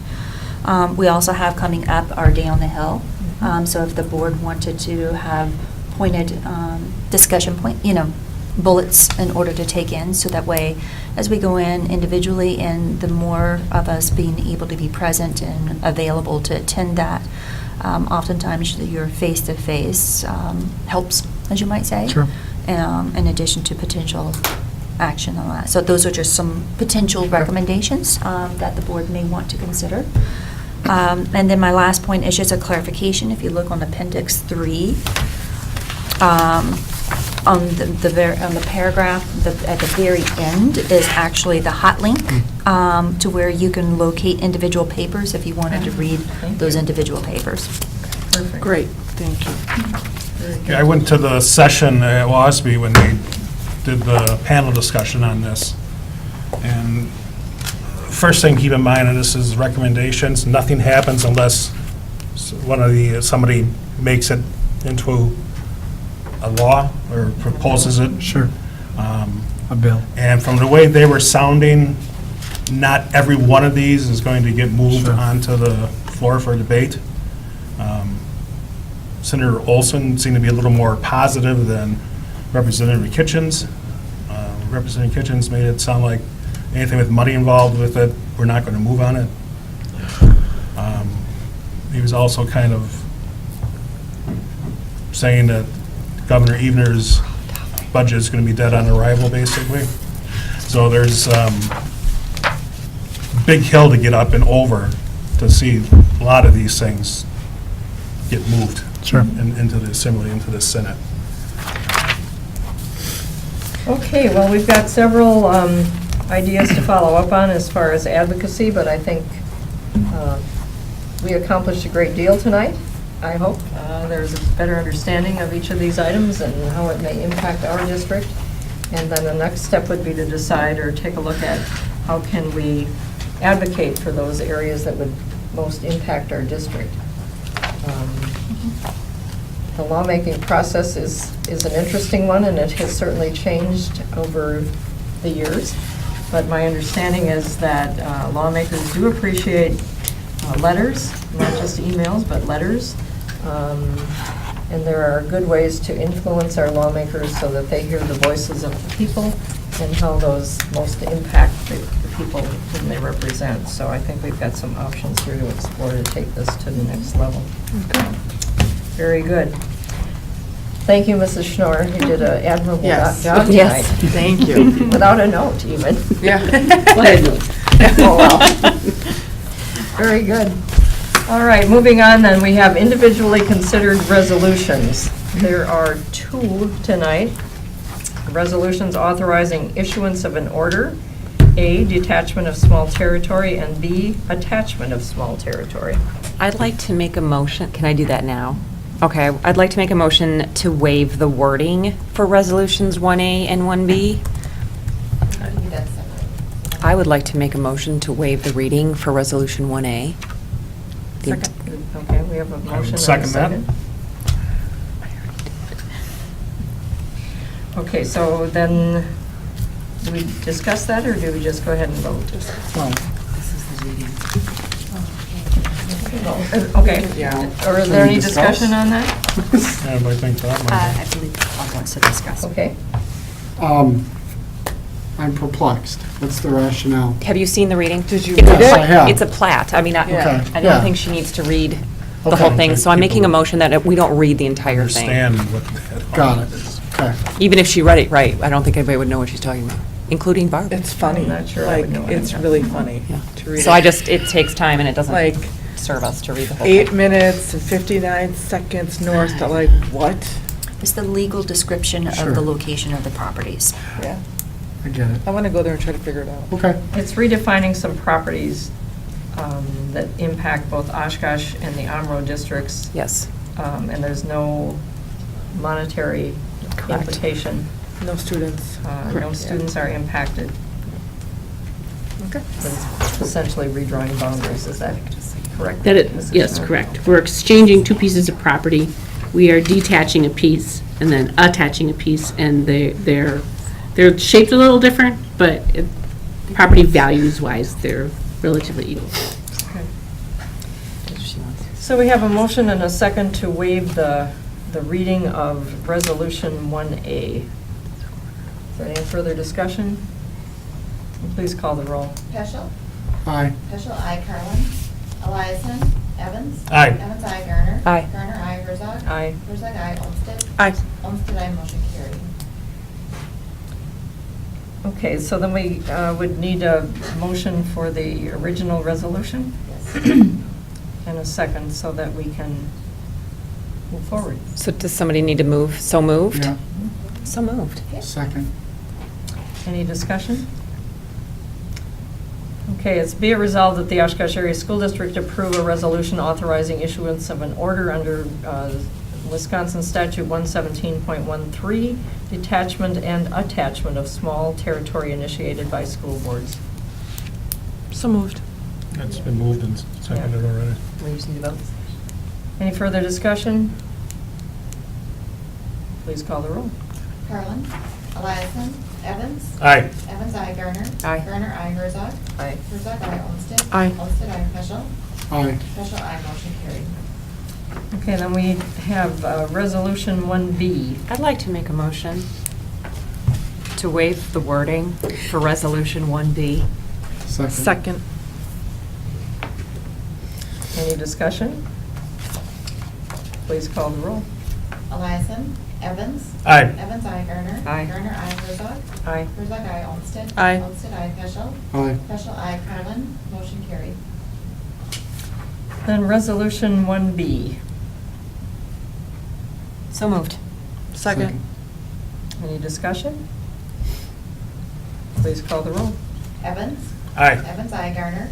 Aye. Garner, aye. Herzog. Aye. Herzog, aye. Olmsted. Aye. Olmsted, aye. Peschel. Aye. Peschel, aye. Carlin. Eliason. Motion carried. Thank you very much. Moving on then, request for future agenda items. We had several suggestions on advocacy related to the Blue Ribbon Commission recommendations. Are there any other requests for future agenda items? Seeing none, moving on to announcements. Do we have any announcements tonight? All of us will be queried in the not too distant future from Sherry's office, actually Dr. Cartwright's office, regarding trying to find some dates when this board can get together to go over the key work of school boards, and we will also be needing to set a date for our annual board evaluation, self-evaluation. So just be on the lookout for those calendar dates coming up. Any other announcements? All right, then I would entertain a motion to adjourn to executive session for the purpose of deliberating or negotiating the purchasing of public properties, the investing of public funds, or conducting other specified public business whenever competitive or bargaining reasons require a closed session under Wisconsin Statute 19.85, paren 1, paren E, A, transportation contract, B, health insurance. So moved. Second. Please call the roll. Garner. Aye. Garner, aye. Herzog. Aye. Herzog, aye. Olmsted. Aye. Olmsted, aye. Peschel. Aye. Peschel, aye. Carlin. Eliason. Evans. Aye. Evans, aye. Motion carried. Meeting adjourned. Thank you, everyone.